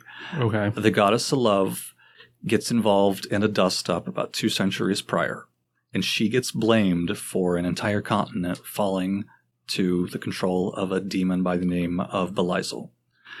The actual reality is not so much. She wasn't really at fault, but all the other gods in the pantheon blamed her for it. And so they kicked her off of her seat. She sits at the lowest part of the mount, and as part of her punishment, again, for something she didn't do, but they punish her anyways. Right. Typical gods. Yeah. Yeah. They do what's called the hardening of hearts, where basically all of her people end up being ostracized and chased out of their homes and chased out of their families and universally hated and despised. The 200 years after that event, people still look upon them with distrust. They don't like them. They don't really want to be around them, which is weird because you think the goddess of love, everybody's going to universally be all in favor of, but her followers are looked as crazy, as unbalanced, pariahs, untrustworthy. You know, you don't go out and have Sunday worship with the goddess of love. If you do it, you know, you're kind of hiding in your house away just to make sure that people don't want to throw you out of town or whatever. Right. There's a lot of real world examples you can pull from that. So you get the general idea. So they're not welcome to be around to start with, but the queen figured out that, hey, there is some really awful shit out there. And that shit can cause a lot of problems for my interests. Right. And this is definitely a world where magic is a big thing. And this is definitely a world where sometimes magic gets out of control. Yeah. And if you have somebody who's on staff who's able to take care of it before there's a big problem. So exorcists and paladins and templars and the like in the Order of Love have a unique place in that they actually have authority throughout the kingdom to do anything they want. They can show up and say, I want to see what's in your bags. They can show up and say, all right, I'm taking over this outpost for the next 6 weeks because there is something that's brewing up underground. I need to have people on hand to take care of it. So they're allowed to give orders to the military. And by that, they're also allowed to give orders to local constabularies and say, look, I need you to do this. Whether or not you like it, tough shit. I don't care. Mm-hmm. You have to do this. Yeah, and I mean, that comes into play very early on in the book. Exactly. Nobody freaking likes it because you have a group that's a pariah who can come in and take over whatever you're doing and tell you have no choice to do it. Yeah. Which automatically builds an instant confrontational experience to any time they get involved. And then you take an asshole who doesn't care what you think, and that makes it even harder. So automatically he has 2 or 3 big hits against him. So he gets sent to this village off in the ass end of the kingdom. This is about as far east as you can get. There is a giant mountain range that separates the kingdom of Dawnfire versus their immediate opposing kingdom, the Sivan Empire, which had been off and on wars for centuries. Right. And this is like far out of border town. What's between there is nothing but mountain ranges and barbarian tribes and nomads, and just like nobody gives a crap about what's in the middle, other than the fact that it's in the middle and people eventually have to go through it. But this is a small little crappy town. It's got a mine in it, and that's the only thing that anybody has ever had any interest for. It's not even that big of a mine, but they can mine something out of it called silverine ore, which has magic properties to it. Okay. It works as magic amplification. So it's in and of itself important. Well, the mine fell apart 5 years prior, so nobody cares. So it's a crappy little town. Not even tax collectors like to go to it anymore. Well, this crappy-ass little town, it hasn't quit being winter for 3 years. Huh. It's in the mountains, but it's not that far in the mountains. They get about 3 or 4 months worth of slush before it gets cold again, so it's abnormal. And 2 years, year and a half, as people go out in the woods to hunt and harvest and this and that, they've stopped coming back. And so they start sending out search parties. Search parties don't come back. So eventually, after half the village gets up and leaves, the elders finally like, oh, fine, I guess we're going to have to ask for help because they don't give a shit about the queen. They don't give a shit about the gods. They just want to be, out by themselves. It's like a town of U's, Remington. Yeah. I guess I'll go. It's like a town of West Virginians. We don't care about the rest of the stuff. Just leave us be. Let us do what we do. So they call out for the military. And the military sends a group of 6 soldiers to come up and to first rescue the town people and then rescue the townspeople's, maidens of their virginity. You get, bunch of thugs coming up to do their job. They think, oh, it's just some bandits or a giant wolf. Right. 3 of them come back, sort of. 2 of them come back. One of them is mostly dead, ripped to shreds. Third one doesn't make it, and the only one who does make it and is in one piece screams bloody murder, says that they got attacked by a pair of huge dogs that just ripped all the way through them. And so he makes a desperate plea as his husband is laying in a bloody heap in a barn, struggling for life. Please send somebody from one of the holy orders because there's something demonic out here. Well, instead of the Order of Light they were hoping for, just somebody to come up and, be all paladin-y and shiny and everybody would love, the military recognizes this like, this doesn't sound right. So we'll put in a call for an exorcist. And that's where this starts. So he shows up and it's like, wait a minute. You've been freezing for 3 years. People are dying whenever they go outside the city walls. And you waited for this long? Right. What the hell is wrong with you people?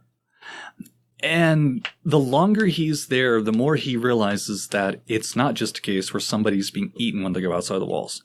There are at least 3 different entities out there. And every time he starts to peel back the layers of one thing, he realizes that there's something else worse out there. And the longer he looks at it, the more he realizes that, oh, wait a minute. We've kind of hit a critical mass kind of situation here where if I don't get in and stop this now, this is going to spread well past this village. Yeah. And it's going to hit the next village, which has a couple thousand people in it, which is a 3 days trip down the mountains. And if it touches off in there, then it's going to spread real fast and there's going to be a lot of bodies if I don't do something with it right now. Me, inexperienced as I am, half the village wants me dead. The other half of the village is lying to my face. I don't have a choice, and it is highly unlikely that there is going to be time to call for extra help before a whole lot of people end up dead. Right. And so that's where this starts off with him. He is just faced with this ugly situation. And the second book, which will be out before, assuming I don't get the flu again, will be out by the end of February. Hopefully you'll be able to get the ebook before Valentine's Day. I hope. It just depends on how long ebook formatting takes me because it's a pain. Yeah. But if not before Valentine's Day, before the end of the month, the ebook will be out and the paperback book will be out by the time Classic Plastics Comic Expo on the 3rd of March in Parkersburg. So it'll be on, I will have that in my hands then. The third book in the series is when I finished Snowflakes, I realized I was going to have to split it in 2. When I finished Dead Men in Winter, I ended up, it was like 400 pages. So I ended up splitting it into for a third book. Problem with the third book is that it's like 200 pages long.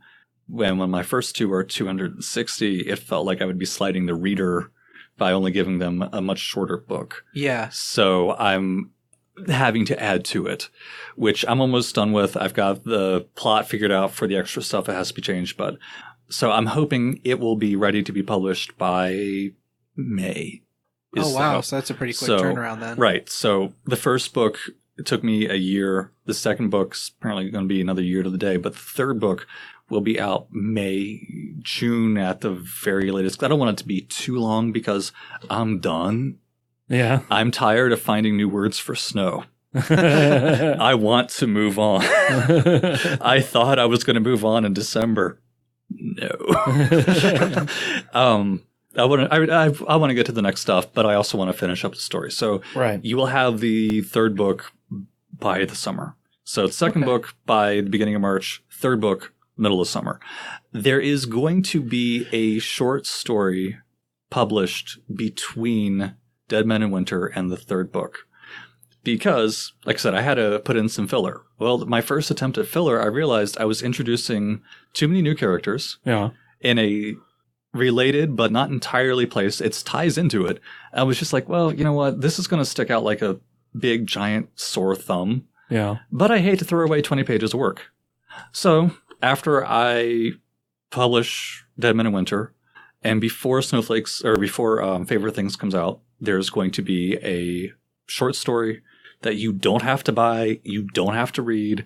There's going to be a couple of things that's going to peel back another couple of secrets, but it's not necessary. Right. But if you want to read it as just an addendum to it, go ahead. It'll be there. It'll should just be a 99 cents jobby. It's not going to be a 100-page novella. So, maybe 30 pages, 30, 40 pages at most. So $1, $2. Right. Just if you want to get it. It's just, I hate to throw it away. Yeah. So I'm just going to put it out there. Right. And there is a second short story that's planned that doesn't involve anybody in Snowflakes. It doesn't involve anything. It's not even on the same continent, let alone the same stuff. But it will have an origin story for another character who I really can't wait to introduce to you guys in the far future. Gotcha.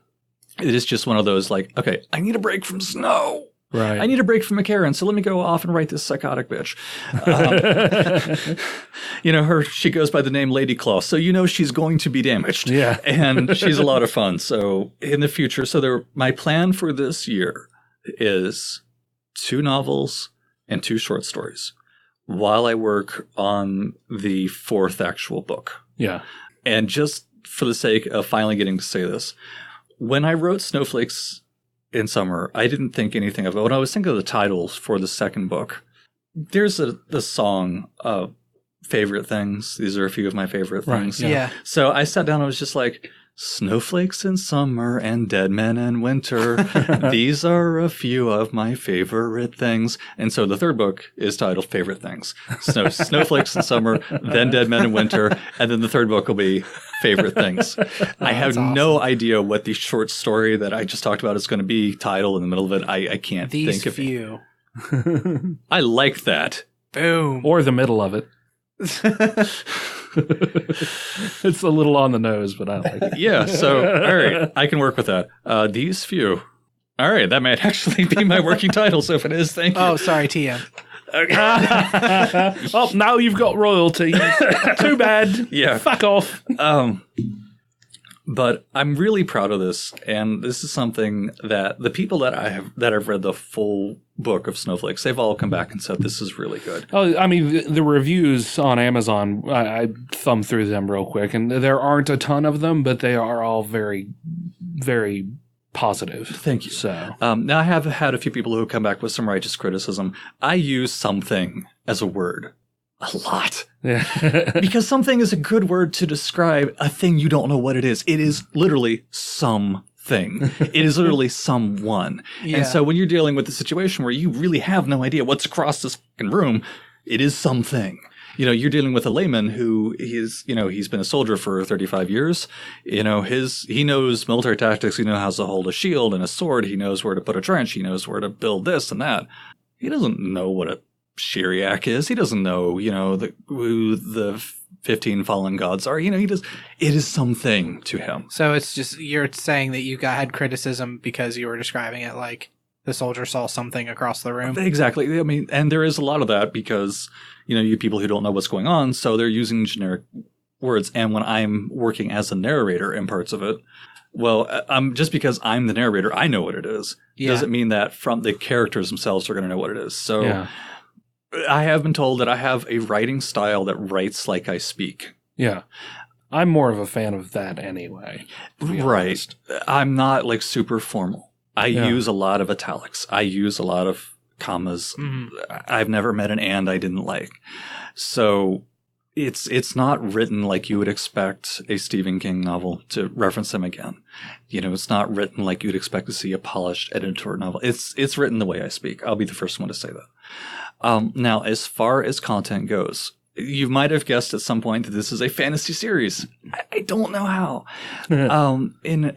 If you were looking at it in terms of a real life time frame, think late end to Roman Empire before it became the Holy Roman Empire. Gotcha.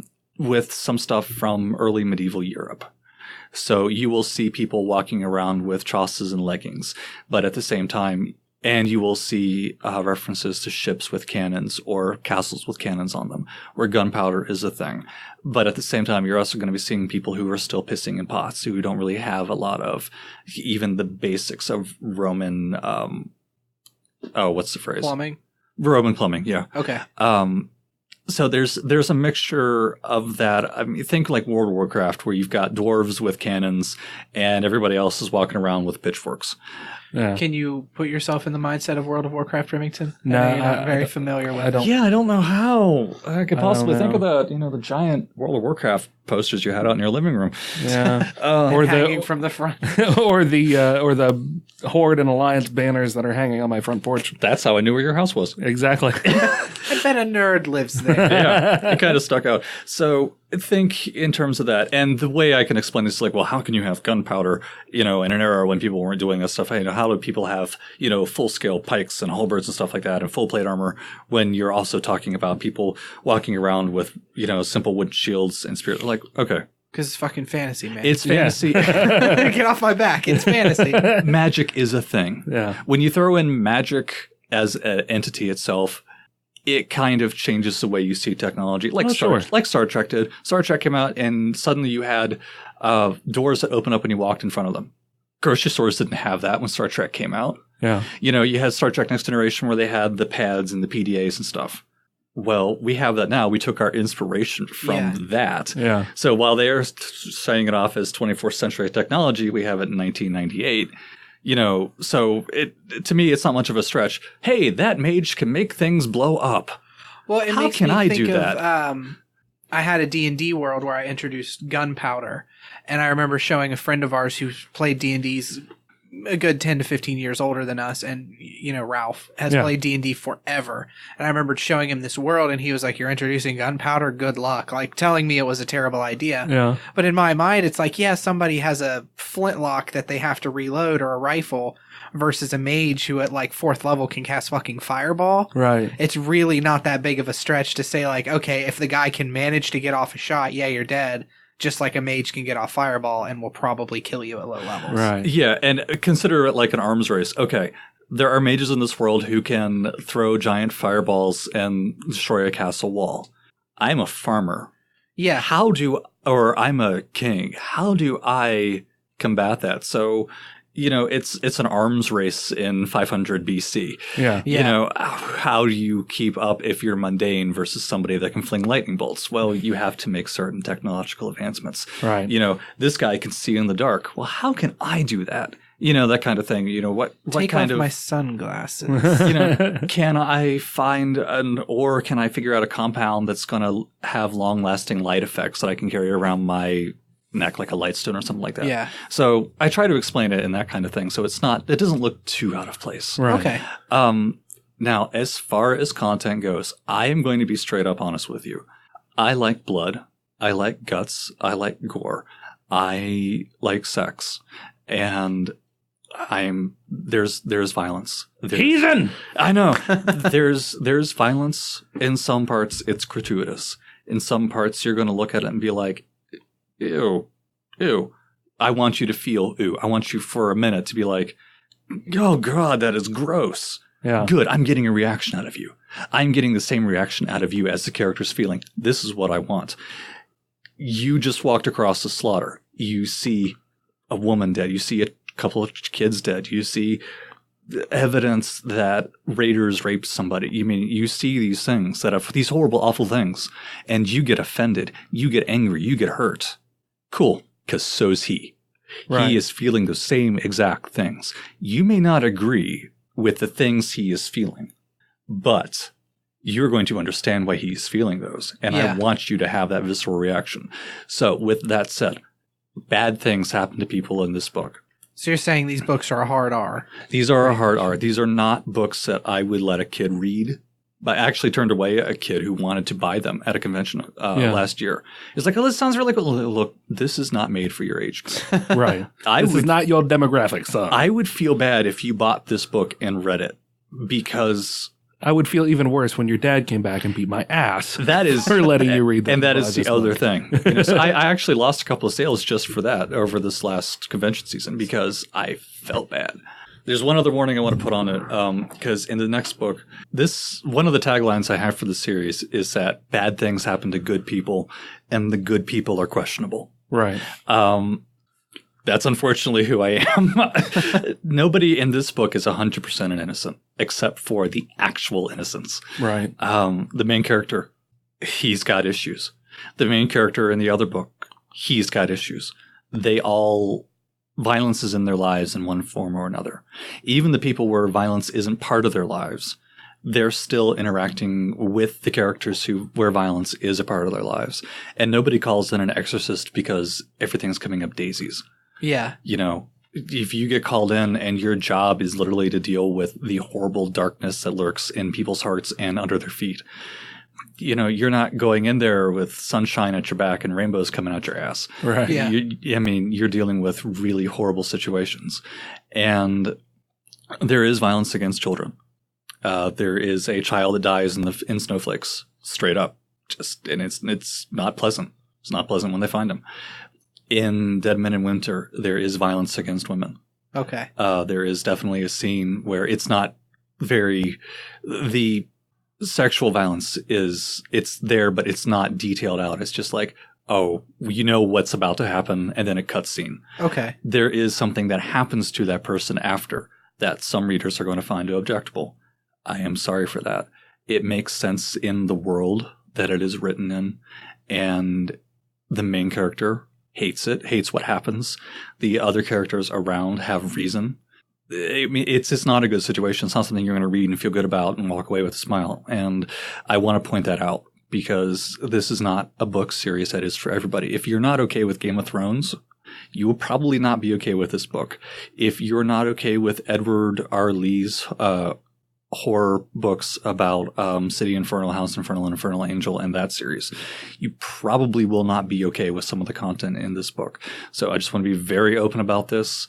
You know, it will not be for everybody out there. And I would, since like I talked earlier about how reading is an obligation, if you spend your money and spend your time on me and you're expecting to get something that anybody can pick up and read, really strongly recommend that you pick up Fearmonger first for 99 cents because I don't want to take up your time with something you're going to find objectionable. Right. Okay. Now, I'm not saying that, you know, that there is constantly rape and beheadings and stuff out in the street. There's not. You know, it's not an entire book of nothing but horrible things that happen. There's humor. There's some loving scenes. There's some great scenes. There's some scenes that, well, to me, actually made me feel better when I wrote them. Right. There's darkness, though, just straight up. Well, you have to have an antagonist. Right. So. And the darkness gets really dark at times. Yeah. So just to be honest with you, you know, it's not something I would let a kid read or even an early teen. Right. Everybody's different. I got friends who let their kids watch Walking Dead.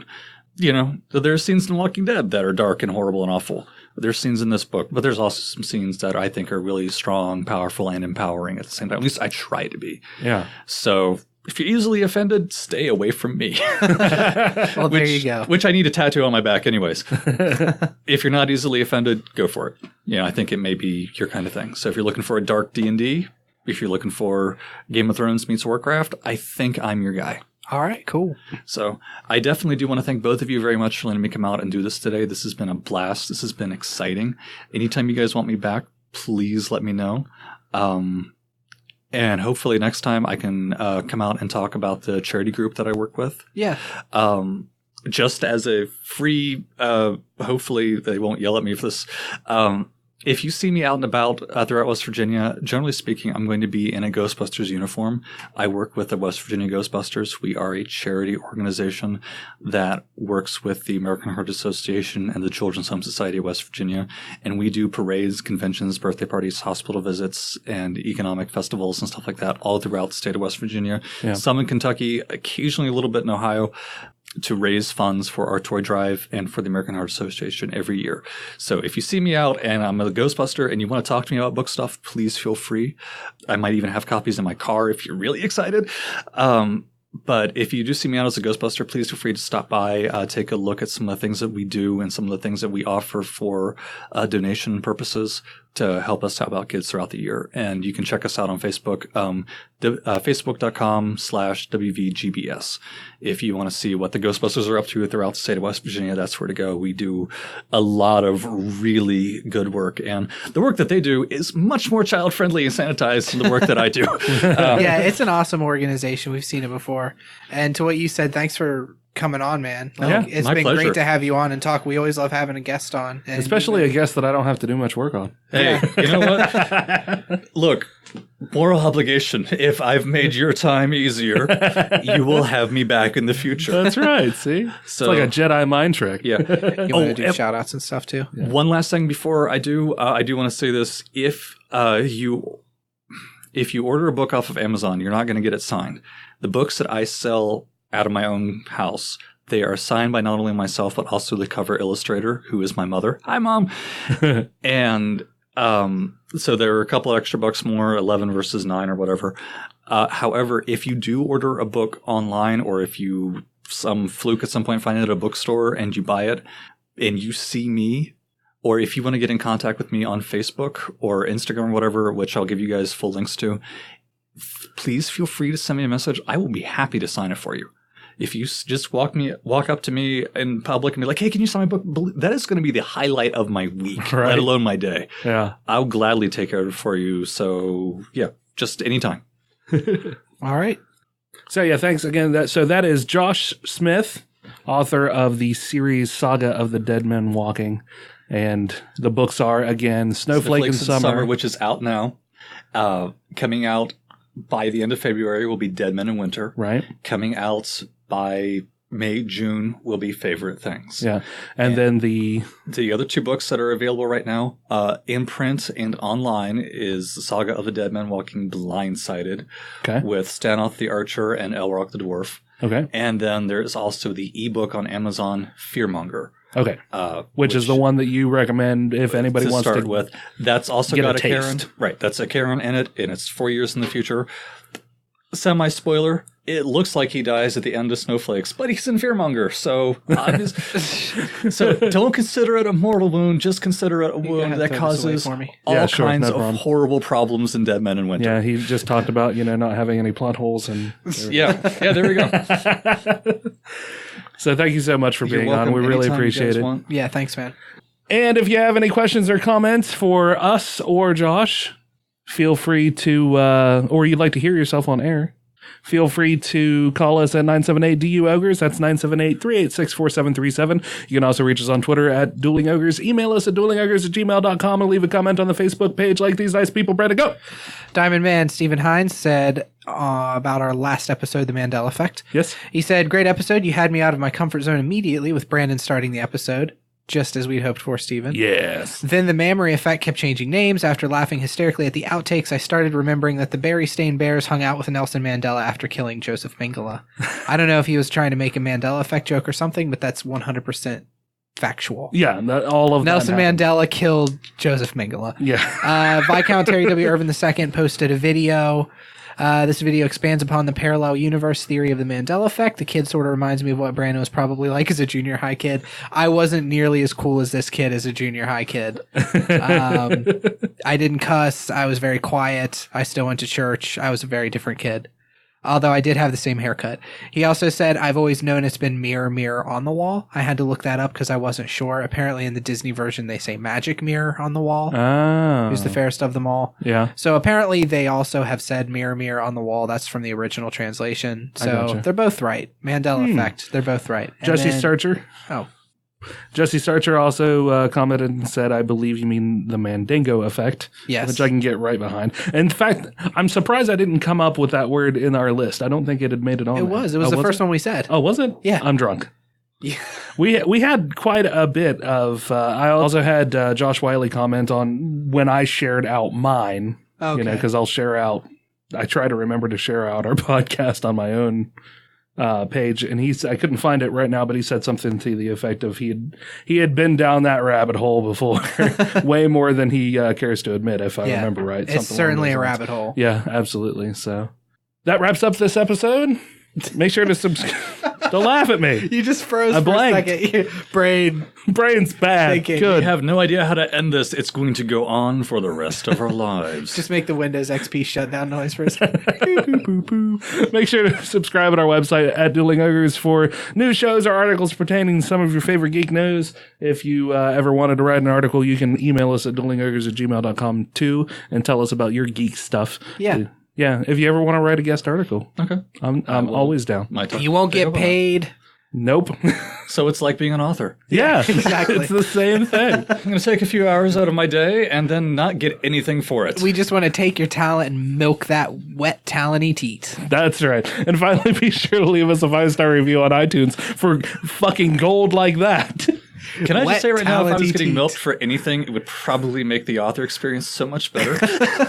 Or you can find us on YouTube. Make sure to subscribe and click the bell button. Yeah. iHeartRadio or anywhere else you can find a podcast now that Fucking Stitcher. We're on Stitcher. Right? Yeah, we're on Stitcher. Spotify. We are not on Spotify. No, are we? No, I've tried to get on Spotify and they keep shutting it down. Maybe they should don't want grow us. a pair.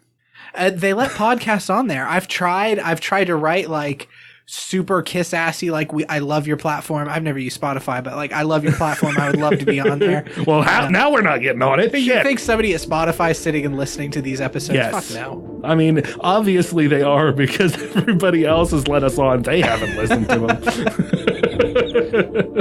Someone at iTunes is like, I don't like this. No, I don't know how I feel about this. See, if we get booted off iTunes, then we're booted off of fucked. half of everything. Yeah, we're done. So, until next week, Ogres, keep your clubs blunt. Your tusks sharp. Good night.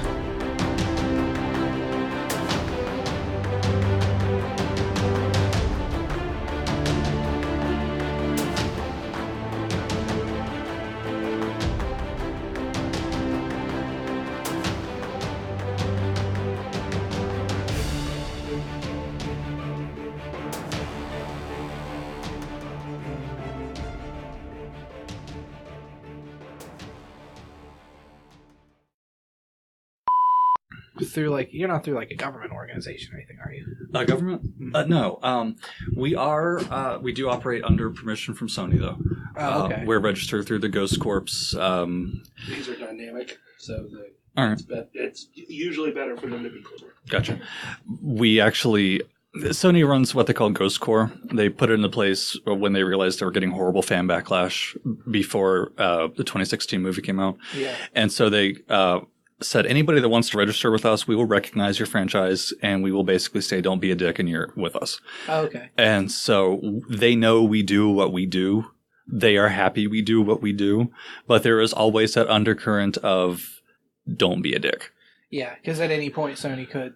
Say, all right, We don't want you doing that anymore. Exactly. So like the 501st almost. Nowhere near as many restrictions. Sony didn't give us you have to have your uniforms and, X condition, you have to have your Is packs. that really what the 501st is like? They're that? Oh, yeah. Oh, they're very Strict. militaristic. Yeah. They're very militaristic. They have very specific places you can actually get your equipment from. Your gear has to be spec. You always have to be in character. Like if I know a guy who is a stormtrooper, and he was talking to me once. He actually broke the rules because he was in an elevator and he took his helmet off so he could breathe. And he was remarking on it. He's just like, please don't tell anybody I took this off. And I said, why? He said, well, because if I take my helmet off when we're in public, I can get thrown out of the 501st. Because whenever we're around people, we have to always be in character. So if I'm coming as a stormtrooper, I always have to be a stormtrooper. So that's why you have those funny con videos where you have somebody like doing something stupid to a stormtrooper and the stormtrooper just kind of like nodding at him. Pretty much. They can, and if they screw up too much, they can get their, license revoked by Disney. Whereas us, we don't have any restraints on how we build our gear or what type of gear we build, whatever else like that. So it's just like, go out, have fun, represent us, don't be dicks. Imagine getting kicked out of being a stormtrooper. Yeah. I don't know. That seems like the worst thing to have happen. Well, I mean, to Worked be out for Han Solo. yeah. To be fair, I mean, most people who leave. Well, I don't want to say most people, but if Vader catches you leaving, then you're just dead. Yeah. Or Phasma. Yeah. Did you watch the Solo trailer? Yes. Do you have opinions on Star Wars, right? Yes. Okay. I figured we could mention that. Yeah. A little bit because I know Oh, that you God, I'm didn't screwed. like The Last Jedi. No, I didn't. I mean, Remington hasn't seen it yet, so Remington hasn't seen it yet, so we can Okay. talk about it, but we'll have to be a little spoiler free. Whatever at this all right, point. I'm gonna say it like this then. It was good because it was a Star Wars movie. The graphics were amazing. Yeah. The fight scenes were cool. However, I really think that the tagline for the movie shouldn't have been Star Wars Episode 8: The Last Jedi. I think it should have been Star Wars Episode 8, Everybody Deserves a Court-Martial. Because there is nobody who made a decision that shouldn't get them shot. Not just shot when they're carrying out their idea, but shot after the fact. The one that got me is how Poe basically fucking commits treason. Repeatedly. And takes over the entire ship to the point where he knows they're coming for him at the end, close to it, and he has guns drawn ready to shoot that lady. And then after they knock him out, after Leia stuns him, they're just like, oh, Poe, what a great guy. Yeah, I know. That's literally Remington. They stun this guy after he's overthrown the ship because he's like, I know better than you guys do. Which, fucking spoiler, he doesn't. They haven't told him what's going on yet. Mm-hmm. So they're hauling him away unconscious, and then Leia's talking to Game of Thrones chick, and they're like, boy, that Poe's something, isn't he? And Leia's like, yeah, he really is. Like, he literally committed mutiny. Yeah. And took over this ship. However, I'm going to say this in his defense. You know, before he got demoted, first of all, I don't think he did anything to be demoted for. Second of all, before he got demoted, he was in charge of a lot of this stuff. And then to say, hey, we're not doing X and we're not telling you why, you don't need to know. Well, look. You know, this is your best fighter captain. He was, until 5 minutes ago, your number one commander of your starfighter fleet. Yeah. People are still going to look to him.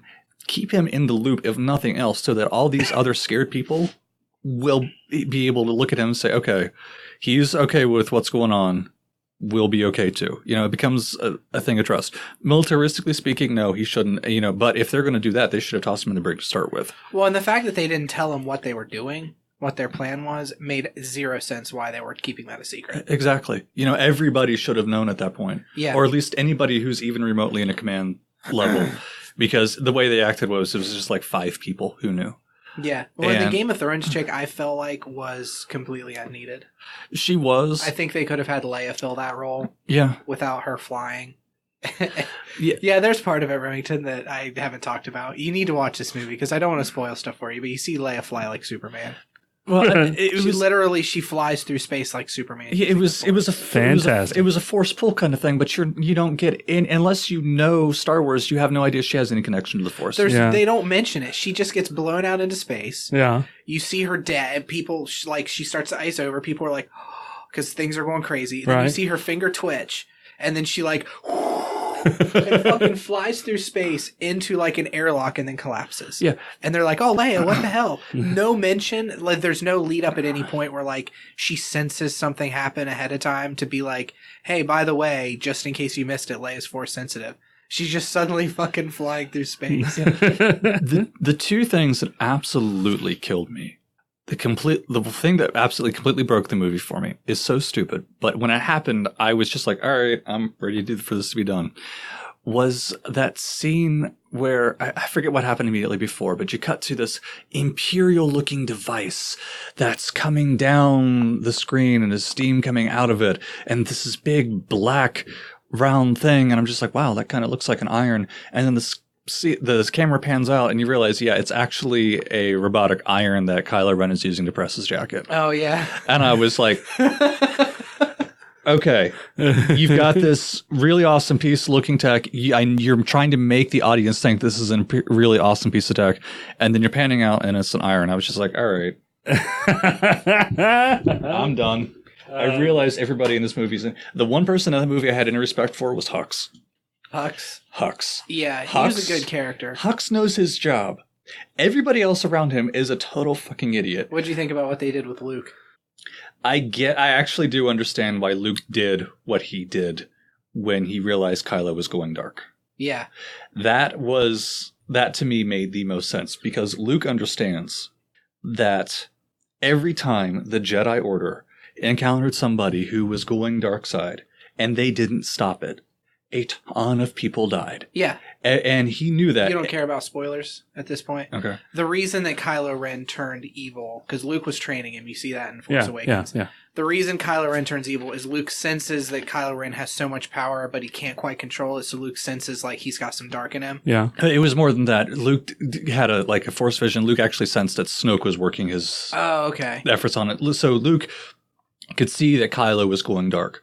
And instead of waiting for Kylo to turn, Luke just comes into his room one night, pulls his lightsaber, gets ready to kill him. So he's got it, and then, he's considering whether he's going to kill him or not. And then he turns off his lightsaber and starts to back away. Kylo wakes up, realizes he was about 3 seconds away from being dead, and Kylo goes on a rampage. Right. All right, which, in all honesty, I can't blame Kylo. Like, hey, you just tried to kill me. Why should I listen to you telling me to calm down? Well, and it's because Luke didn't kill him. I really like that part. I thought it was a little cheesy, but it's that catch-22 where if Luke killed him, Luke is taking his own steps to go to the dark side. By killing a fucking unarmed sleeping person. Yeah. That's not really within the Jedi code, I wouldn't imagine. Yeah. No, but it's that sacrifice of the greater good of, is Luke going to go down that path? Because there's always a dark Jedi. There's always... Well, and Luke does bring up a really important point when, towards the end, while he's telling Rey why the Jedi need to end. It's just like, the entire hubris of the Jedi Order is why Palpatine came to being. It's why we had the Clone Wars. It's why we had the Empire. They became so bloated and so self-important and so moralistic that they are the reason why there has been so much suffering in the galaxy, because they couldn't see past their own face. Yeah. And the teachings of the Order obviously do not work.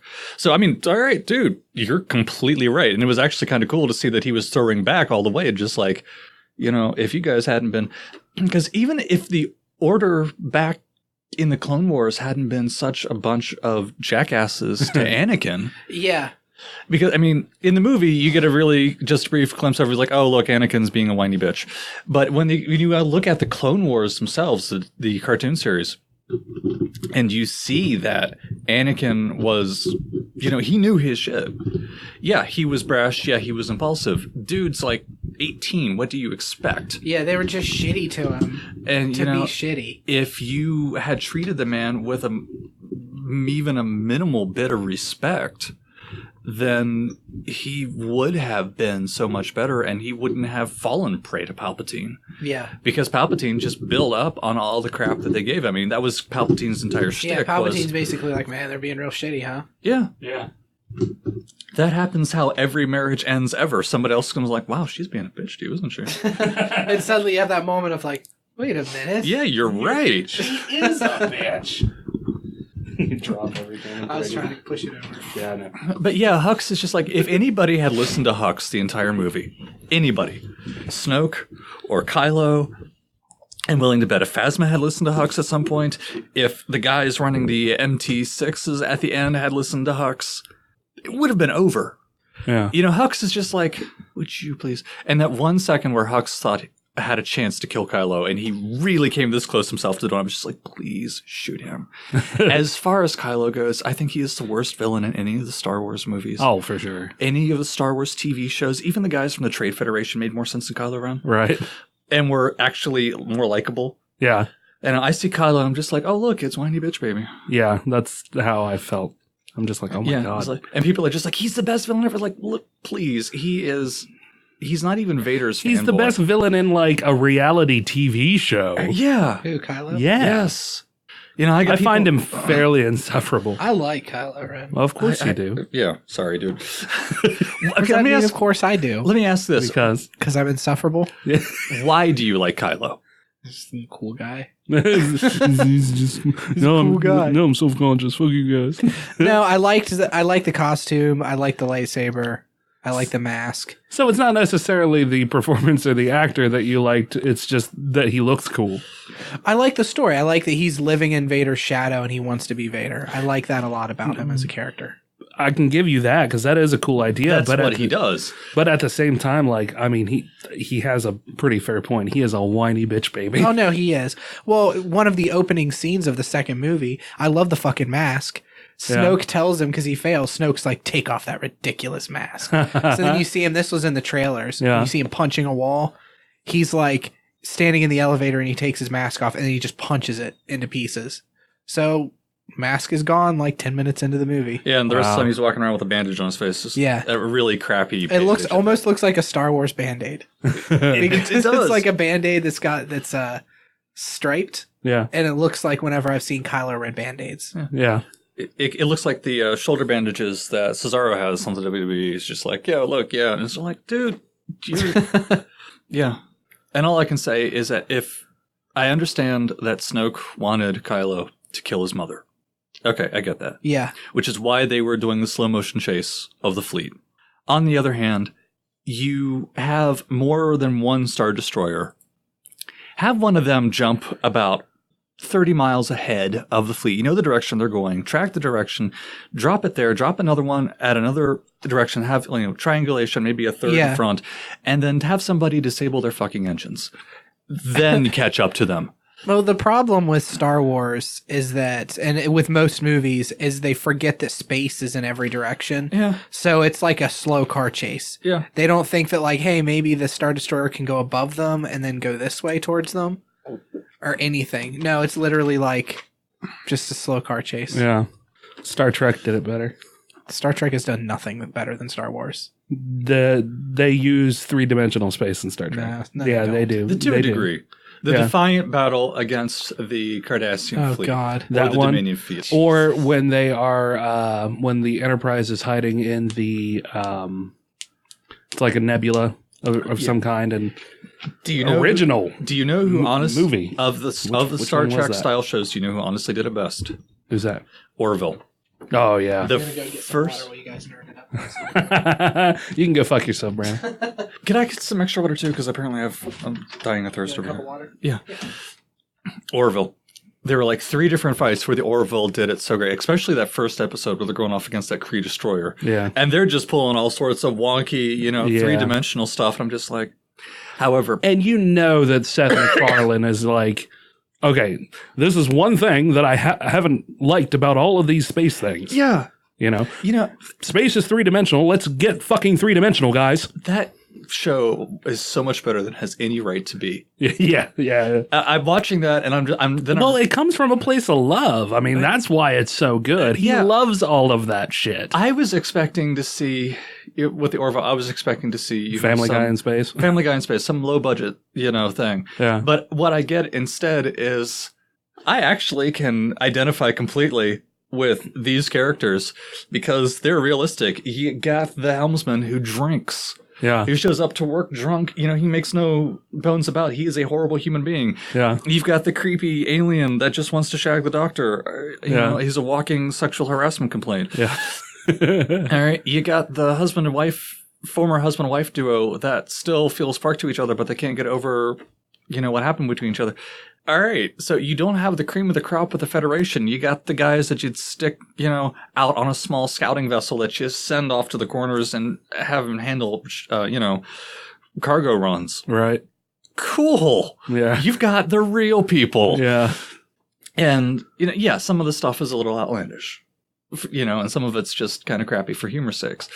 Yeah. But some of the plot stuff that they did, like the whole thing with the kid that was born a girl and they wanted to turn a boy. Yeah. Better than... Oh, it's got Seth MacFarlane's social commentary stamp all over. Oh, yeah, and some of it's better than anything that Trek did for 10 years. Oh, for sure. Well, I think that they're poised to have a better chance to do that thing. Like the original Trek, we had the first interracial kiss, but while Next Gen was on, there wasn't a huge movement to be able to really comment on. No. For the most part. I mean, there was a lot of political stuff through the 90s, and that's one of the reasons why people call it what do they call it? Like diplomacy in space or space politics. Yeah. We'll see a lot of that. The big thing for TNG was to show that people could do better and be better. Yeah. And then DS9, it was a case of, all right, everybody's sort of out for themselves in their own way. Yeah. And there was a little bit of racial stuff in that as well. Yeah. Voyager, it was... Just because Sisko was black. Yeah. But they only barely touched on it in a couple of episodes. And with Voyager, it was all very much a... everybody feels out of their element kind of thing, which at the time Voyager came out was really real because that was end of 90s, right at 2000. Yeah. And, we had a whole generation of people who felt incredibly out of place, out of touch. Right. And you have Discovery, which is a continuation of everybody feeling completely out of touch, starting with the writers. You just glossed right over Enterprise. That was a thing. If Scott Bakula is not going through time, I am not interested.